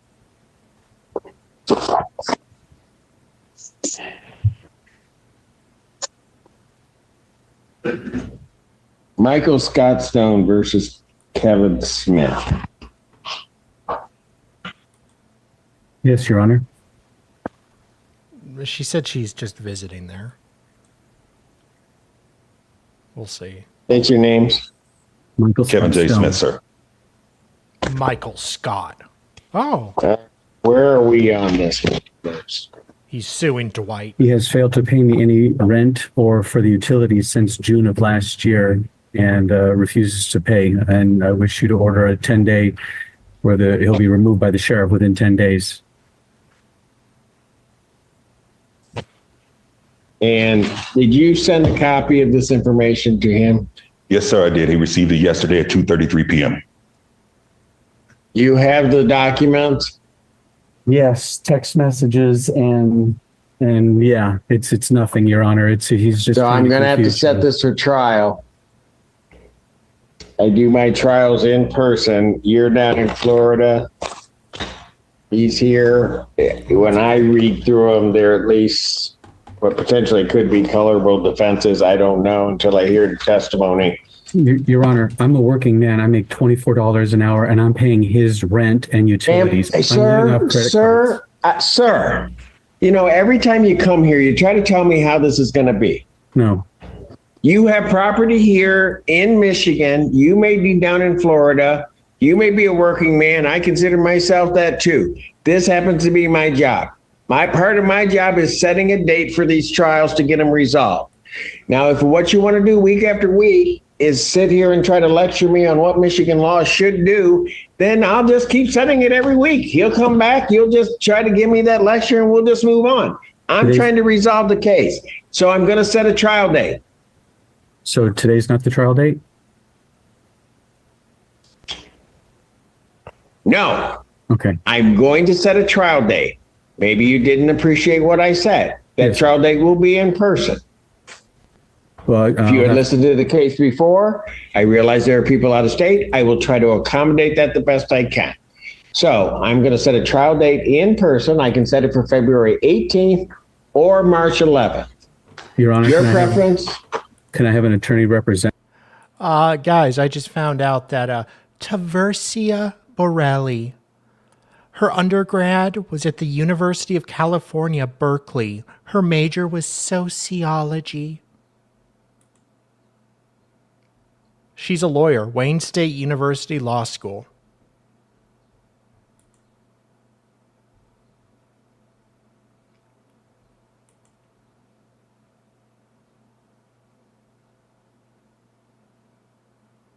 Yes, she's an ally.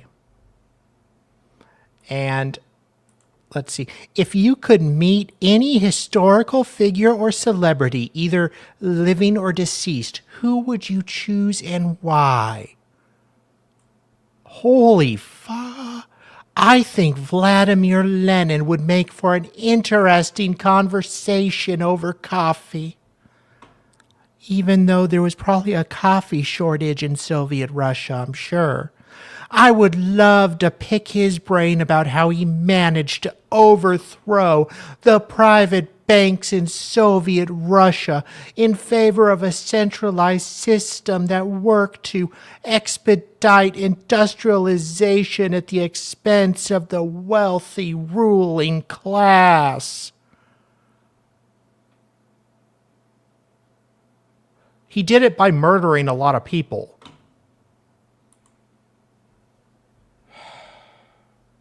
Fucking commies. Jesus Christ, I thought I hated her before.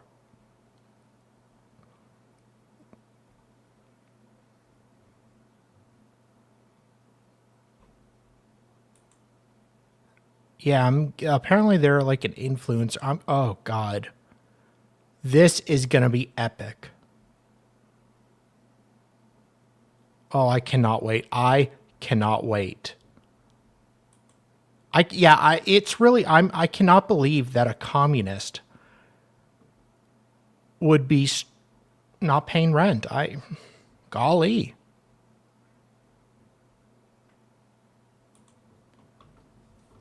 Fuck. Bread tube.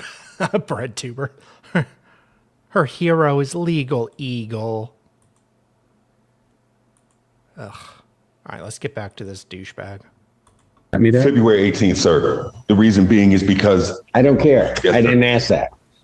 Can you be here February 18th, sir, for a trial? Can I hire an attorney to represent me there? Oh, you saw her before? Can I have an attorney be there present for me? Absolutely. You can have an attorney here. Okay. That might be wise, because then I don't get lectured. Yes, Your Honor. So, non-jury trial in this matter. Your Honor. He should have an attorney so I don't get February lectured. 18th, Yes, Your Honor. 2025, 9 a.m. in person. I will allow testimony over Zoom, but there needs to be a party here. Yes, sir. Is on what basis is any of this evidence going to allow him to continue to stay there free? I don't understand. Pardon? There's nothing in any of this that it gives him the right to continue to stay there for free. I don't understand. Then get an attorney, and then maybe then you'll have some clarification if you listen to him. Okay. I don't understand his claim of how he can continue to stay there for free. There's nothing in those paperwork. Okay, just because you rephrase the question doesn't change my answer. Okay. All right. So I will have an So attorney. you had a question? It's not fair. Not a question, Your Honor, a statement that I would like to make, please. Oh. About what? Mr. Stone and the status of the condominium, sir. And the status of the condominium? Yes, sir. In terms of, go ahead. It's got to be brief, and I may cut you off. Yes, sir. Very brief, very short. Mr. Stone has known since, I'm sorry, Your Honor. Mr. Stone has known since 2022 that he should have the place registered as a rental property.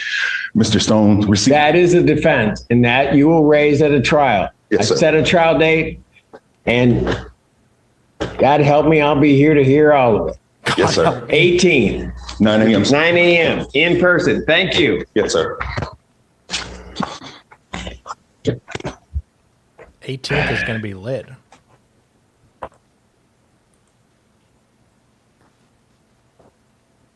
I don't want to call it another one. No, I'm not calling yours. I gave you guys like an hour. And now, never mind. Northwood Properties versus Brienne Porcia. Don't look at me like you don't know how I work. Two attorneys. Yes. Oh, yay. Mr. Jerkis and Ms. Kim have signed off on a conditional order to dismissal. This case is conditionally dismissed. Now that he's gone, can you go ahead and rule my way, sir? Are they here yet? Oh, hold on. Are the parties here? Yes. Hella missed Bozo the Court does call the case of Sycamore Meadows versus Christine Mason. You're welcome. I said. All right. I said it, just not very loud. Carrie Zanon on behalf of plaintiff, Your Honor. Jill Bauer on behalf of Ms. Mason, Your Honor. It's my understanding that they've submitted a request for additional funding for 800. Did it. Yeah. Fervently typing. When she was fervently typing, she was sending a request for some assistance for the balance. So if you could give us an adjourned date, I think we'll have this resolved. Oh, No, Jesus you will Christ. have it resolved. You're- February.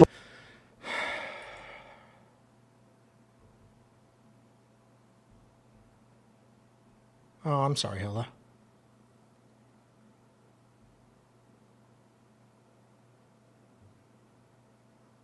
That sucks. 14, 2025 at 1 p.m. Thank you. Thank you. Have a wonderful weekend, Judge. I will. Judge, I'm throwing a frozen first birthday party for my grandbaby. So Ah, tomorrow. fantastic. Have fun. Thank you. That sounds good. I just want to tell you goodbye. Oh, yeah, she's leaving me. Yeah. Oh, She wants to say goodbye. I just wanted to say goodbye, and it's been a pleasure. thank you. I'll keep watching on YouTube. All right. Well, thank you. Thank you. All right. Take care. Godspeed to you. We're in the name for an interpreter, Your Honor. You may. Good afternoon, we hear from the Honorable J. Cedric Simpson out of the 14th District Court, Washington County, State of Michigan. Our number is... All right, guys. Would you like to see our queen?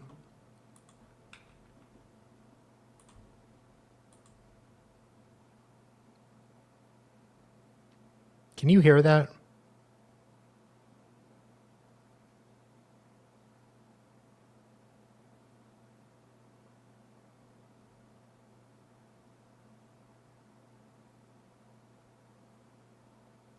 God damn it.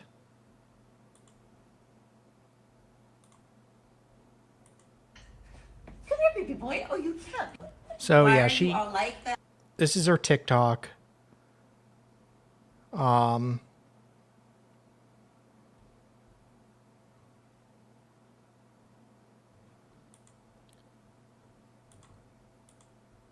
I was doxxed and threatened till I had to come out, but this will forever be my favorite. Oh my God.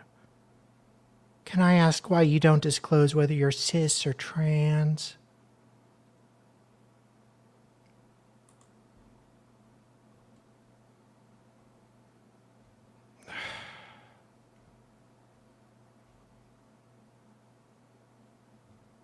My God.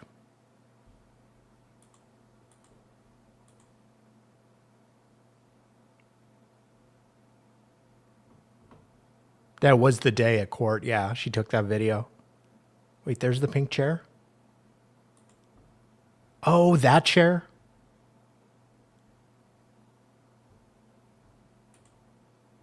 I'm just going to speak from the heart. TikTok is the only platform where any average person could become famous. Any average person can get views, find their community in ways that no other platform you can do so easily now. The algorithm is really something special. TikTok also saved my partner's life a couple years ago. And my community really pulled through. We scratched and clawed our way up from poverty to where we are today because of TikTok.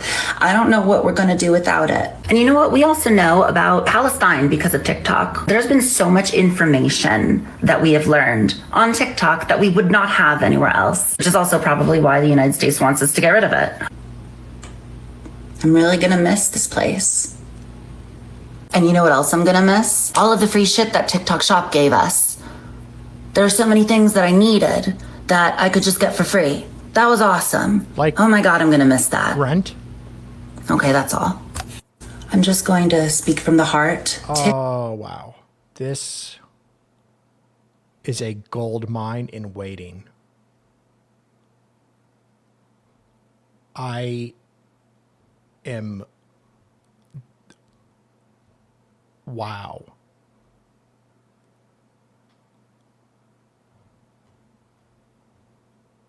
One more. Grr. Damn it. Why isn't this... Why are only some playing? I don't give a shit what the world thinks. I was born a bitch. Yes, queen. I was born a painter. I was born fucked. You were born fucked. I don't give a shit what the world thinks. I was born a bitch.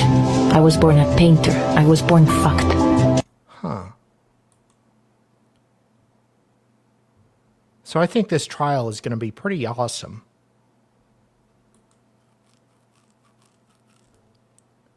Oh, look, a pig. Okay. 1, 4, 2, 3. You're muted, ma'am. Hella, you did not see her earlier. Her hero is Lenin. She's a communist who didn't pay rent and now has to go to trial over it on the 18th. She's a nut job who has 600,000 followers on TikTok, by the way.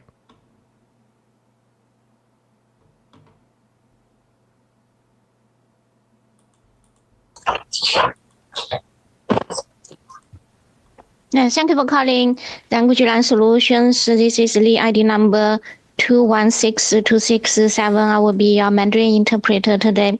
I'm about to serve you. This call may be monitored for training and quality assurance purposes. May I please have your Yes, 600,000. 4-digit access code? 23. 1423. Yes, ma'am. Thank you. Thank you. I'm ready. All righty. Can you please raise your right hand and record? Okay. Do you solemnly swear or affirm that you'll interpret accurately, completely, and impartially, using your best skill and judgment, and to translate from English into Mandarin and from Mandarin into English in the manner now before the court, so help you God? Yes. Yes, I do. Thank you. And good afternoon, Madam Interpreter. Yes, good afternoon. The court calls the case of Mill Pond Manor versus, is it Shaming Pond?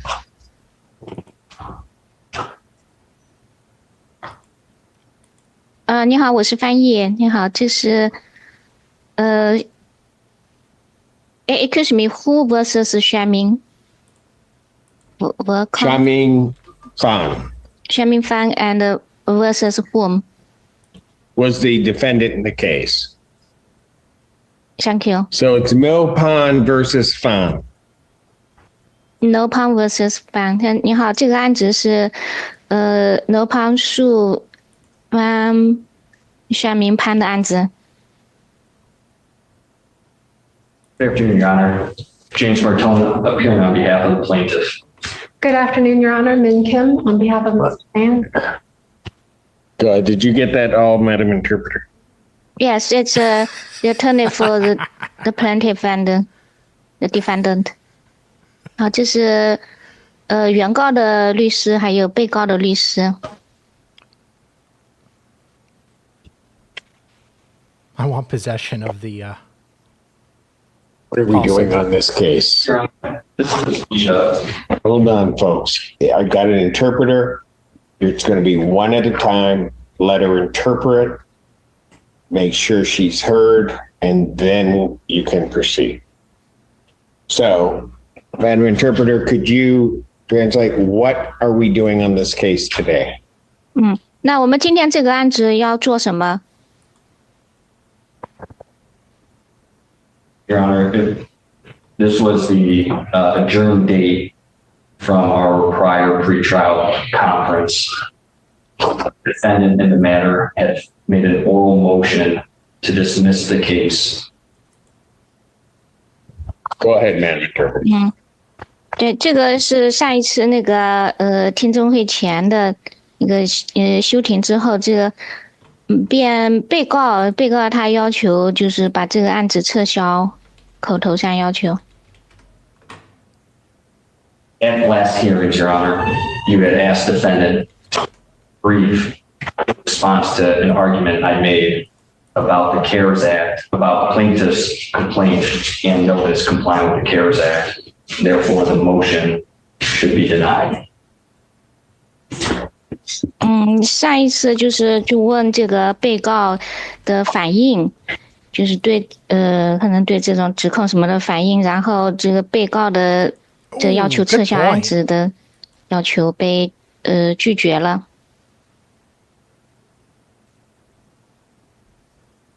It appears, Your Honor, that defendants did submit the briefing last week, and we're here to address that matter now. 上个星期就是被告他就是没有那种参加听证会吧，然后现在我们就是来解决这个案子。 Ms. Kim. Yes, Your Honor. As Plaintiff's counsel stated, the brief was submitted last Friday as the court requested. I believe that we have not received any kind of response. We rely on what's been written to the court, unless the court has certain questions. 就是我们就是根据法庭的要求，就是被告的这个委员会已经提交了，就在上个星期五的时候已经提交了，根据法庭要求，但我们现在还没有收到回复，这个法庭肯定有问题要问。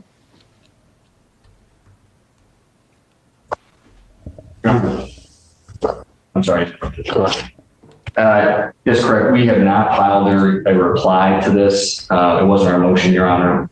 I did not receive a copy of this by electronic fashion. I received it first via mail, which didn't arrive to my office till late on Wednesday night. So I haven't had a chance to reply, but I'm prepared to address or discuss some of the topics raised in the response, Your Honor. 对，就是我们就是没有收到这文件吧，就是在星期三晚上就是在收到邮件，所以我们还没来得及回复，所以我们要讨论这个话题。I'm not sure why a electronic copy wasn't provided. Won't get into that. I would like a written response to the motion, however.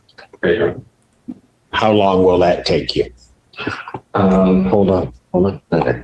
对，我不知道为什么没有提供这个电子版本的，就是我想要你提供一个书面的回复，你需要多长时间？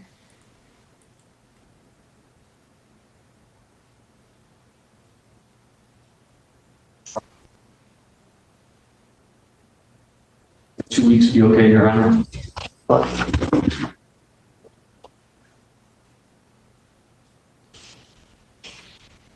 Plaintiff to file a response. 就是被告要提交回复。 They're to do that by February 14th. 在2月14号之前。 I'll set a hearing on the motion for February 18th, 2025 at 9 a.m. 这个听证会在2025年2月18号早上9点。 Your Honor, I'd just like to request an electronic copy of the response, which was not requested of me, Your Honor, just to be clear. Yeah, but it's pretty much these days a courtesy, Ms. Kim, but go ahead. Additionally, Your Honor, I wanted to report that Mr. Fan has made his December and January rent payments to plaintiff, and they have not been cashed, but we have asked that they cash it. 就是我要求这个书面的，就是电子版本的回复，就是我要报告，就是范先生他已经付了12月和1月的房租了，付给被告，但被告还没有把这个可能兑现这个支票，就要求被告把那个支票就是兑现出来。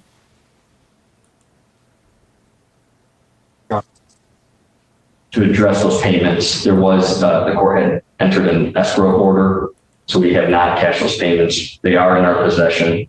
And if the court, with defendant's consent and with the court's permission, I can instruct my clients to cash the checks and reduce the outstanding balance. 就是上个季度的，所以还没有把它兑换出来，所以。 You have the court's permission to cash the checks without prejudice to your case. Thank you, Your Honor. One other issue, Your Honor. Go ahead, Madam Interpreter. 法庭它允许你把这个支票兑现出来。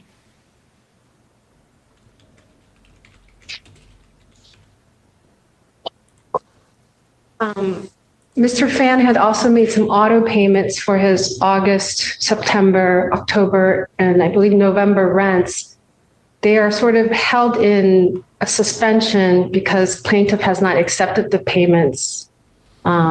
He had underpaid by, I believe, approximately $20, and he submitted a supplemental check to make up the difference. And we would also have asked plaintiff to cash that and accept the payments as well. Just wanted to alert the court. Also, should Mr. Fan pay his February rent to the court or should he pay it to plaintiff? 范先生他已经自动付款付了8月份、9月份、10月份，还有应该是11月份的房租都付了，但是他被那个暂停，他就没有原告他没有接受这个付款吧，就还没有接受，然后他可能少付了大概$20左右，然后被告又提供了那个补充的支票，然后要求这个原告他来把这支票就是兑现出来吧，把接受这些付款。然后这个2月份的房租是付给法庭呢，还是付给原告？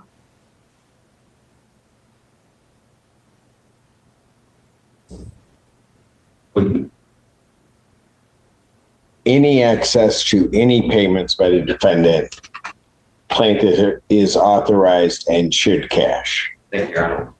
His February rent payment should be paid to the court. Thank you. 对，这个付给被告的，他应该被告能够收到的付款都应该接受，就能把它兑现出来。2月份的房租应该付给法庭。 Thank you. Thank you, Your Honor. Your Honor, one more thing. All right. I'm so sorry to interrupt, but. All right, Matt, hold on a second. Madam Interpreter, thank you very much. We're all set. Welcome. Welcome. Thank you for your service. Have a nice day. Bye. You too. Yes, Amy. We need the Mill Pond Manor's email address for further documentation for assistance. Could the attorney provide a good contact For this the complex? Complex, correct. All right. Counsel, can you provide an email address for Hawk? He's receiving, okay. He has an appointment. Okay. So if you could provide contact information for your client to Hawk, it would be greatly appreciated. Probably the easiest way to do that is to give it to my staff and we'll send it direct for you. All right. Thank you. Your Honor. Thank you, Amy. The court's going to stand in recess. All right.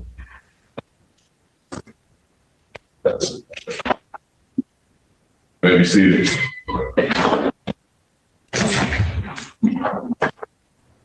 Africa. God damn it. What else is there? Judge is going to go range in a pillow. Maybe seated. Court does call the case of Barnes and Barnes versus Dennis Seawald.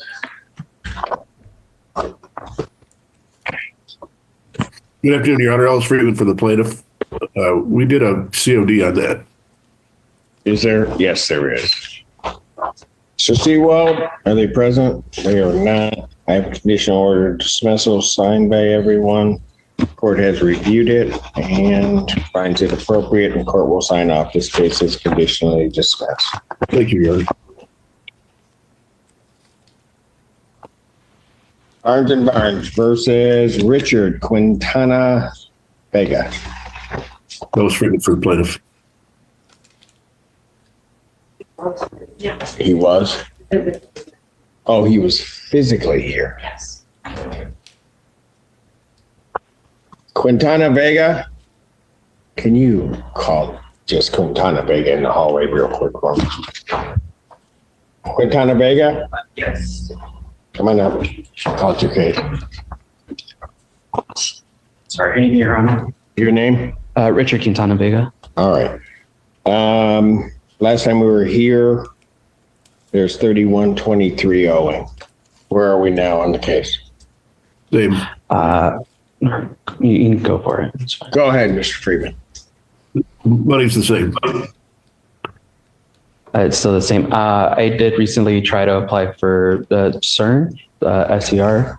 Reached out to 211 for it, but I received a letter this morning ultimately confirming that it was denied by application. Okay. I can have a lump sum of at least 1,000 by Monday, but I was hoping if I could get about 2 weeks so I can get the rest of it paid off.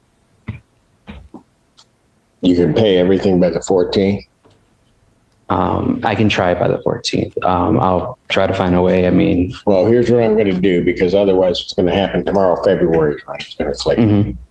So I'm going to lock the figure in. So I'm going to find that there's no tribal issue. I'm going to issue a judgment for possession. Total amount, including costs, I have, Mr. Friedman, is $31.23. Yes, Your Honor. All right. That judgment is for that amount. And this doesn't include February.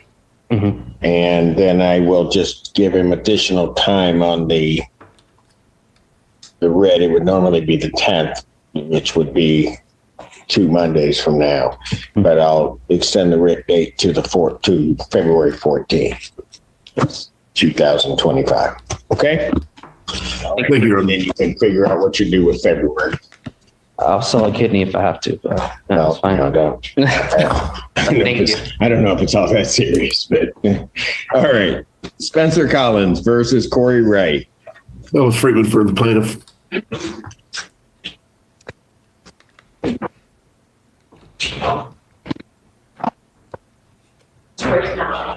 Pardon? Mr. Wright did not check.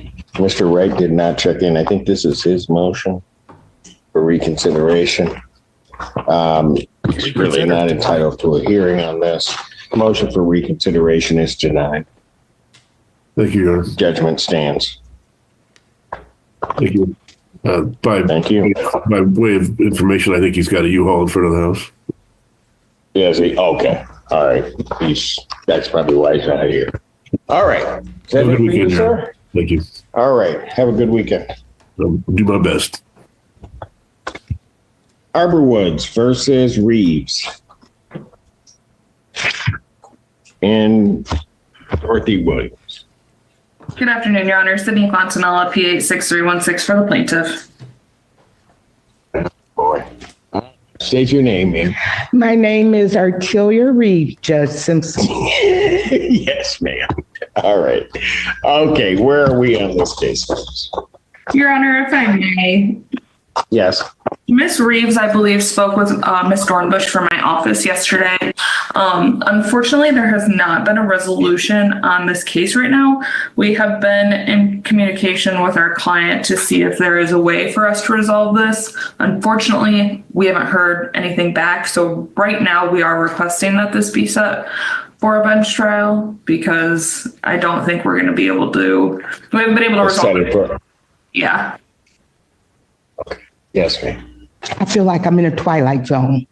I'm just going round and around, and I'm not. Okay, that's my everyday. So go ahead. What? I feel like I'm in a twilight zone. I talked to Attorney Rachel yesterday. Yes, Ms. Dornbush. And she's saying, okay, but she works for Arborwoods, and Arborwoods is paying her to collect some money out of me. And I'm telling her that I paid it. I paid it. I bought all types of proof. Somebody wiped my name out up there in that office, but I did tell Attorney Rachel yesterday that I will call MoneyGram again. Okay. And see if I can, if I get in contact with the fraud department, see if they can replace this. Because I paid, and now I got to prove that I paid. And okay, I understand. So here's what I'm going to do. I'm going to set it for trial. I'm going to set it for February 18th. So that gives you some time to do that. You're going to pay your February rent to the landlord. I just asked. Yes, sir. I know I'm that you going will. to pay All right. February rent. You know what, Judge Simpson? Yeah. I just rather look at you on TV. I don't want to be looking at you. Oh my goodness. Why? I look better on TV? Yeah. Yes? Yeah, I'm on Wow. TV. Wow. Yeah. That kind of hurts, doesn't it? So come back on the 18th? Yeah. At what time? It'll be at 9 a.m. It'll be for a trial, but it'll give you time to get the information. What we're hoping is you can get that information from them. Mm-hmm. And then if it can't be resolved, then I'll hear testimony and I'll resolve it. Okay? Okay, sir. Fair enough. So you got to Yes. come back and see me. I got to come back and see you. I knew I was going to have to come back. Have a great evening.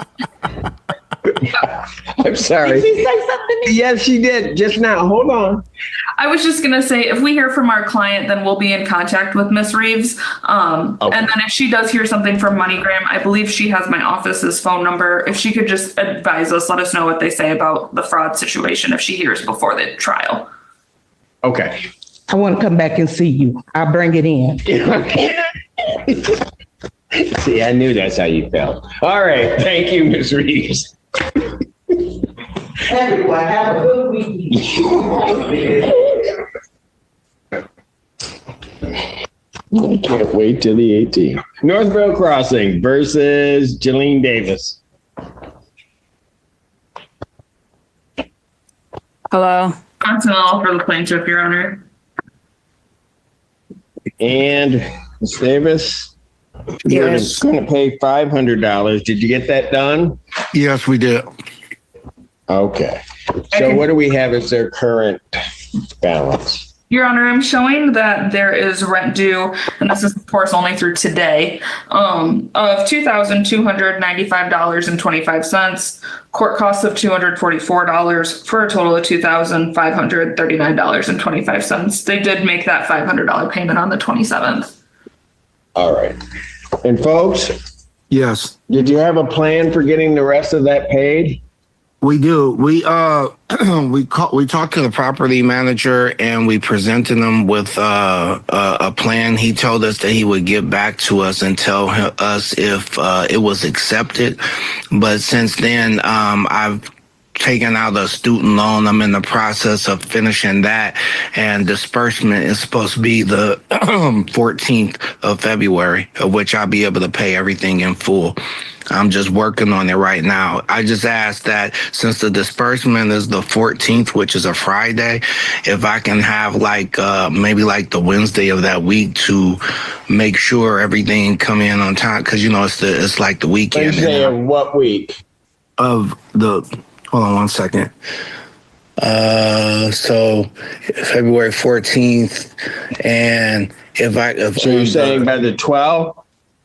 I'm saying if I can pay everything in full by the 19th, which is Wednesday after the 14th, Which is the disbursement date from the school that they're giving us.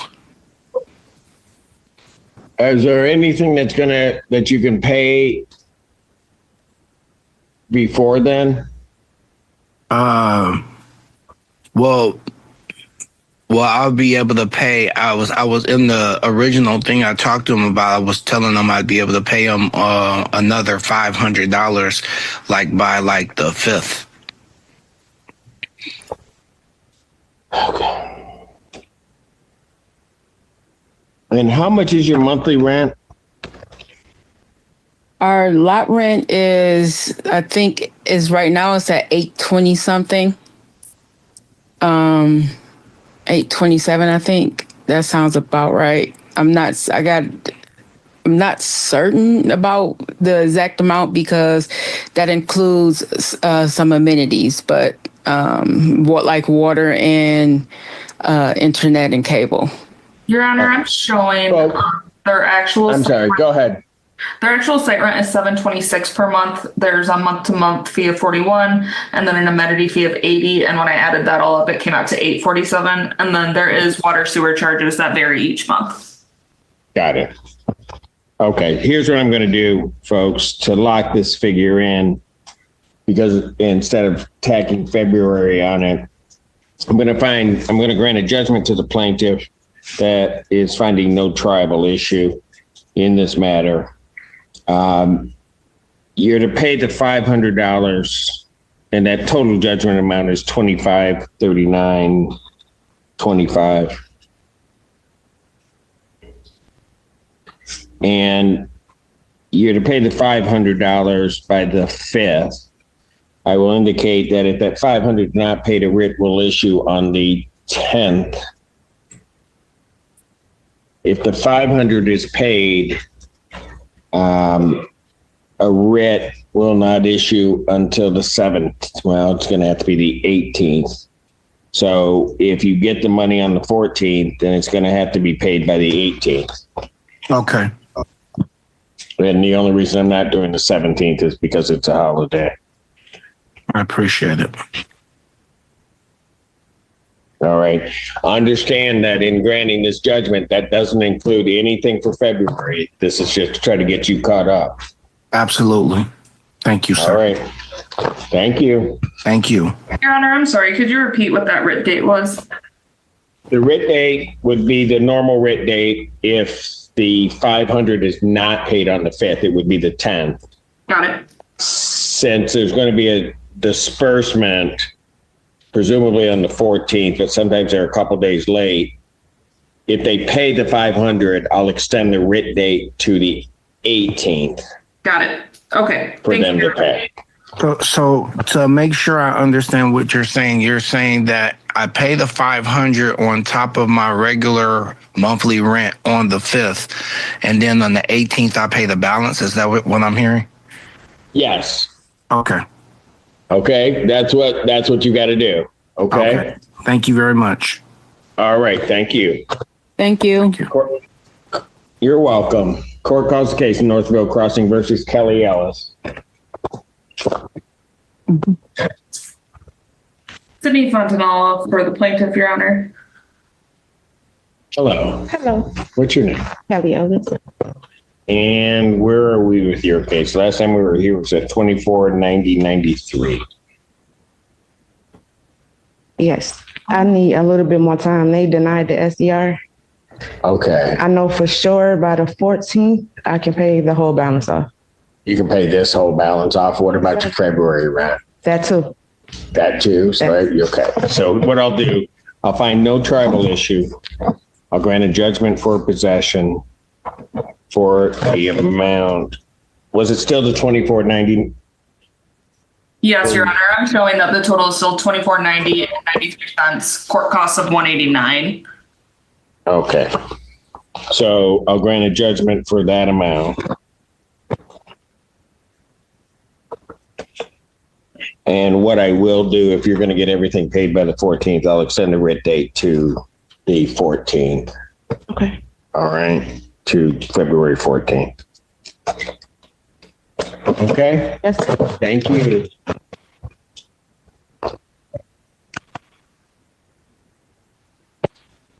Court calls the case of Northville Crossing versus Rebecca White. Sydney Fontanella for the plaintiff, Your Honor. Hi, Rebecca White. Okay, there she is. All right. And I had a last time of 210362. There. That's still correct, Your Honor. All right. Ms. White, how were you intending on getting this paid? So I spoke to someone at DHS yesterday and they're still processing my SER.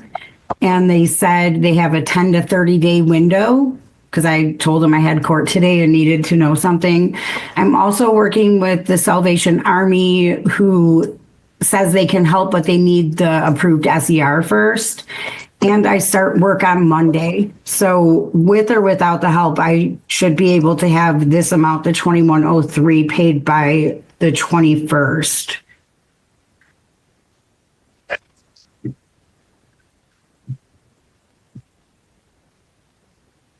Are you going to be able to pay anything between that date and the 21st?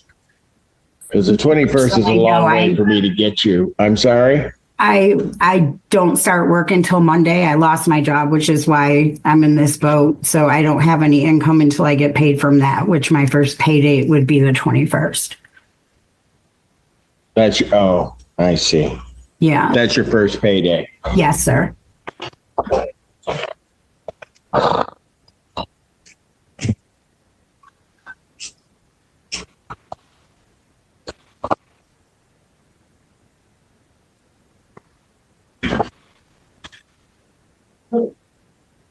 All right. Have you talked to the landlord at all, ma'am? I have not talked to the landlord yet. I just found out that I got the job 2 days ago, so I figured I would come here first and then reach out to them or the attorney. And that was 210332 or 62? Can't read. 62, Your Honor. 62. All right. So here's what I'm going to do, ma'am. Hey, I'm going to lock this figure in, but I can't get you to the 21st. You're going to have to talk to the landlord about extending it beyond where I'm going to go at this point. Okay. So I'm going to find no tribal issue, grant a judgment for possession. That amount is 210362. That does not include your February rent. Okay. Yes, sir. So this amount you would have to get paid. I will give you a little bit of time on the eviction date, and I'll give that to February 14th, 2025. Okay. Okay. So that'll get you to that Friday, but talk to your landlord and see if you can get another week. Okay. All right. I will. Okay. Thank you, Your Honor. Thank you. Sile Farms versus Jessica Hernandez. Sydney Foxnall for the plaintiff, Your Honor. She's in Zoom. Ms. Hernandez, you there? Yes. All right. I'm sorry. Something wrong with my screen. Okay. And the last time we were here, I had 456681. Your Honor, it is 459681. 459681 now. Okay. All right, Ms. Hernandez, how are you going to get this paid? I have half of it that I can, well, not half of it. I have 2,000 that I can pay today. I spoke with my daughter about that hiccup last week and she just lied. I'm dealing with that. And I'm also waiting for my taxes and I applied for a loan. So I'm hoping if I could get this extended till maybe the 10th or the 14th, I can get it all paid in full and then have my February rent as well. Okay. So let's back that up. You at least got a plan. So your 2,000 you have now? Yes. Okay. So pay the 2,000 to the landlord and you can pay that by the 3rd, by Monday? The 2,000 I can pay today, and then next Friday I also get paid. So that check is going, and I'm waiting for my taxes, and I did apply for a loan. So then I'm just waiting for that money to come in, and then everything is okay. Going. Okay, I got you. I'm just trying to figure. You laid it all out to me. I'm just trying to make sure I'm understanding. So I'm kind of repeating. So you can pay the 2,000 today. Yes. How much is your monthly rent? I believe it's $1,879 with the lot rent and the payment. Okay. So $1,879. Gotcha. Okay. So let's do this. Here's what I'm going to do. And then you're going to be able to make another payment, you say on the 7th, that next Friday? Yeah. Okay. And how much is that? So if I pay the 2, then I will be still behind, I believe, 25. So I'm hoping to have all of it paid off, not the 7th, but the week after that. I believe 14th. Yes. Okay. So let's do this. Okay. Pay the 2,000 today. I'm going to find no tribal issue so that we're not, the judgment isn't going to include February, but if you get all that paid, that's great. But the judgment's not including February. Okay. Find no tribal issue. I'll grant a judgment for possession in the amount of the 4596.81.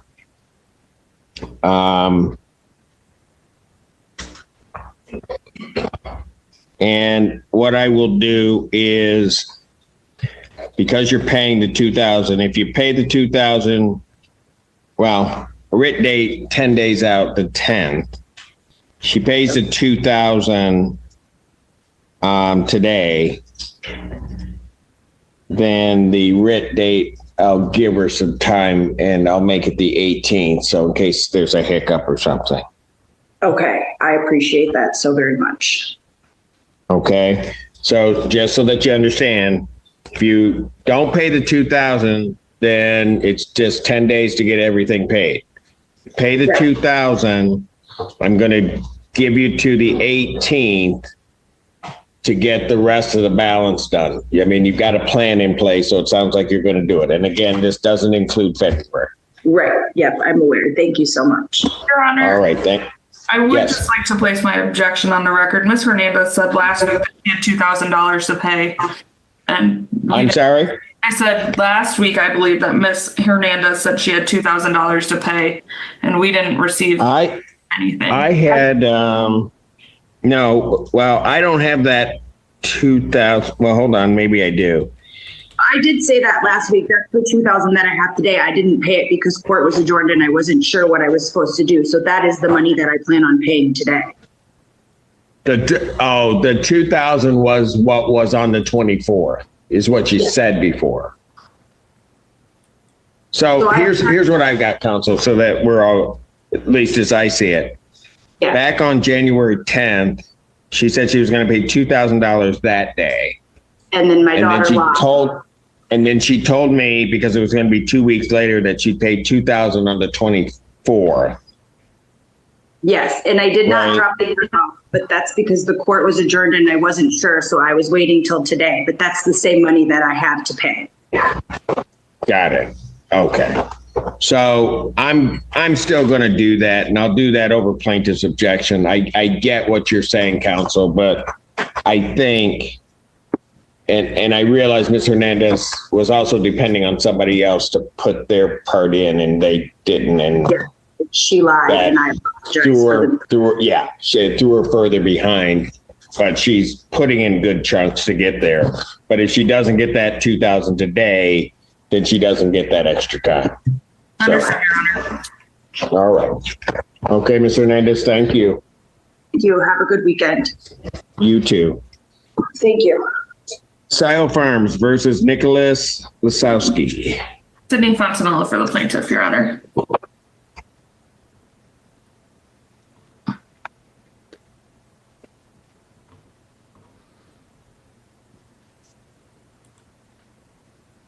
And also, I'm sorry, Nicole Scruggs. All right. How you doing, Judge? Think I'm okay. I don't know. All right. So what is the plaintiff? What's the amount that's owed at this point? Your Honor, I did just confirm with my client that they posted $4,000 to the account today. Yep. And so the new totals that I have are, and this is of course not including February rental charges, but there's rent of $2,197.63, court costs of $228, for a total of $2,425.63. All right. Okay, so you got the $4,000 that you guys knocked a heck of a lot off. All right. So what's your plan on this other amount? Our plan is that by the 14th, we should have enough to pay the rest off. Okay, to pay the 24. Yes. 25. And then what about February? And we will have that by the end of the month. Got it. I see what you're saying. All right, so let's do it this way. Yep. All right. I'm going to find no tribal issue. I'm going to issue a judgment. I'm locking basically then that January. The total, yeah. That's right now. So I'll issue the judgment for 24, 25, 63. And then you said you can get everything paid by the 14th, you think? Or yeah, I reckon. Our rent's $16.99. Yeah. Is that what you said? I reckon. No, I like that. Go ahead. So our monthly rent's about $16.99.99, including, water, sewer, which varies. It's normally about $150. We make collectively about $1,000 a month. We have a roommate who's also been chipping in, or $1,000 a week, excuse me. A roommate who's been chipping in. So we figure that, we can do 2,000 by the 14th, and we should definitely be able to have the other 2,500 by the end of the month. All right, here's what I'm going to do for you guys, just in case something goes awry. I'll make their writ date the 18th because of the rather large amount that you put in. Okay. So you'll get to the 18th to pay the 24.25. All right. And then we'll have the rest of the month that paid, and then maybe another late. Then you got to try to work to get February, and then you're all caught up. You got it. Sounds great. All right. Thank you. So I'll issue that judgment with the writ date of the 18th. All right. May I just say that I appreciate how professional yet welcoming you host your court. Welcoming? Really? Yeah. Uh-huh. I wasn't trying to portray that. All right. So the next one I'm going to be mean to, so they don't feel off-putting that. All right. You guys have a great weekend. What time is for the 18th? Why the hell is he wearing a mask and making his poor daughter wear a mask? No, you just have to pay it by the 18th. You don't have to come back and see me. Oh, I was looking forward to that. I can give you a court date. Or you can go out there, catch a case, you'll get a court date. Either way you want to do it. All right. Take care, guys. Ellen.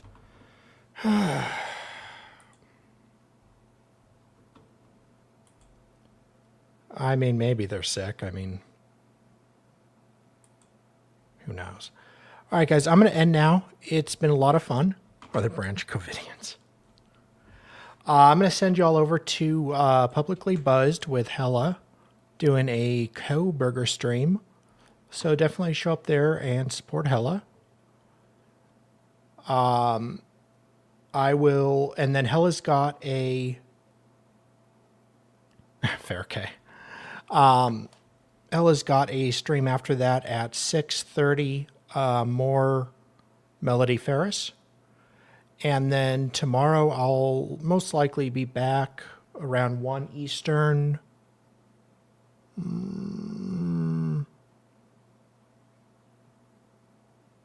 Yeah, probably 1 Eastern. Probably a shorter stream, but we'll do something tomorrow. So it's been a lot of fun, guys, and I hope to see y'all later. Bye.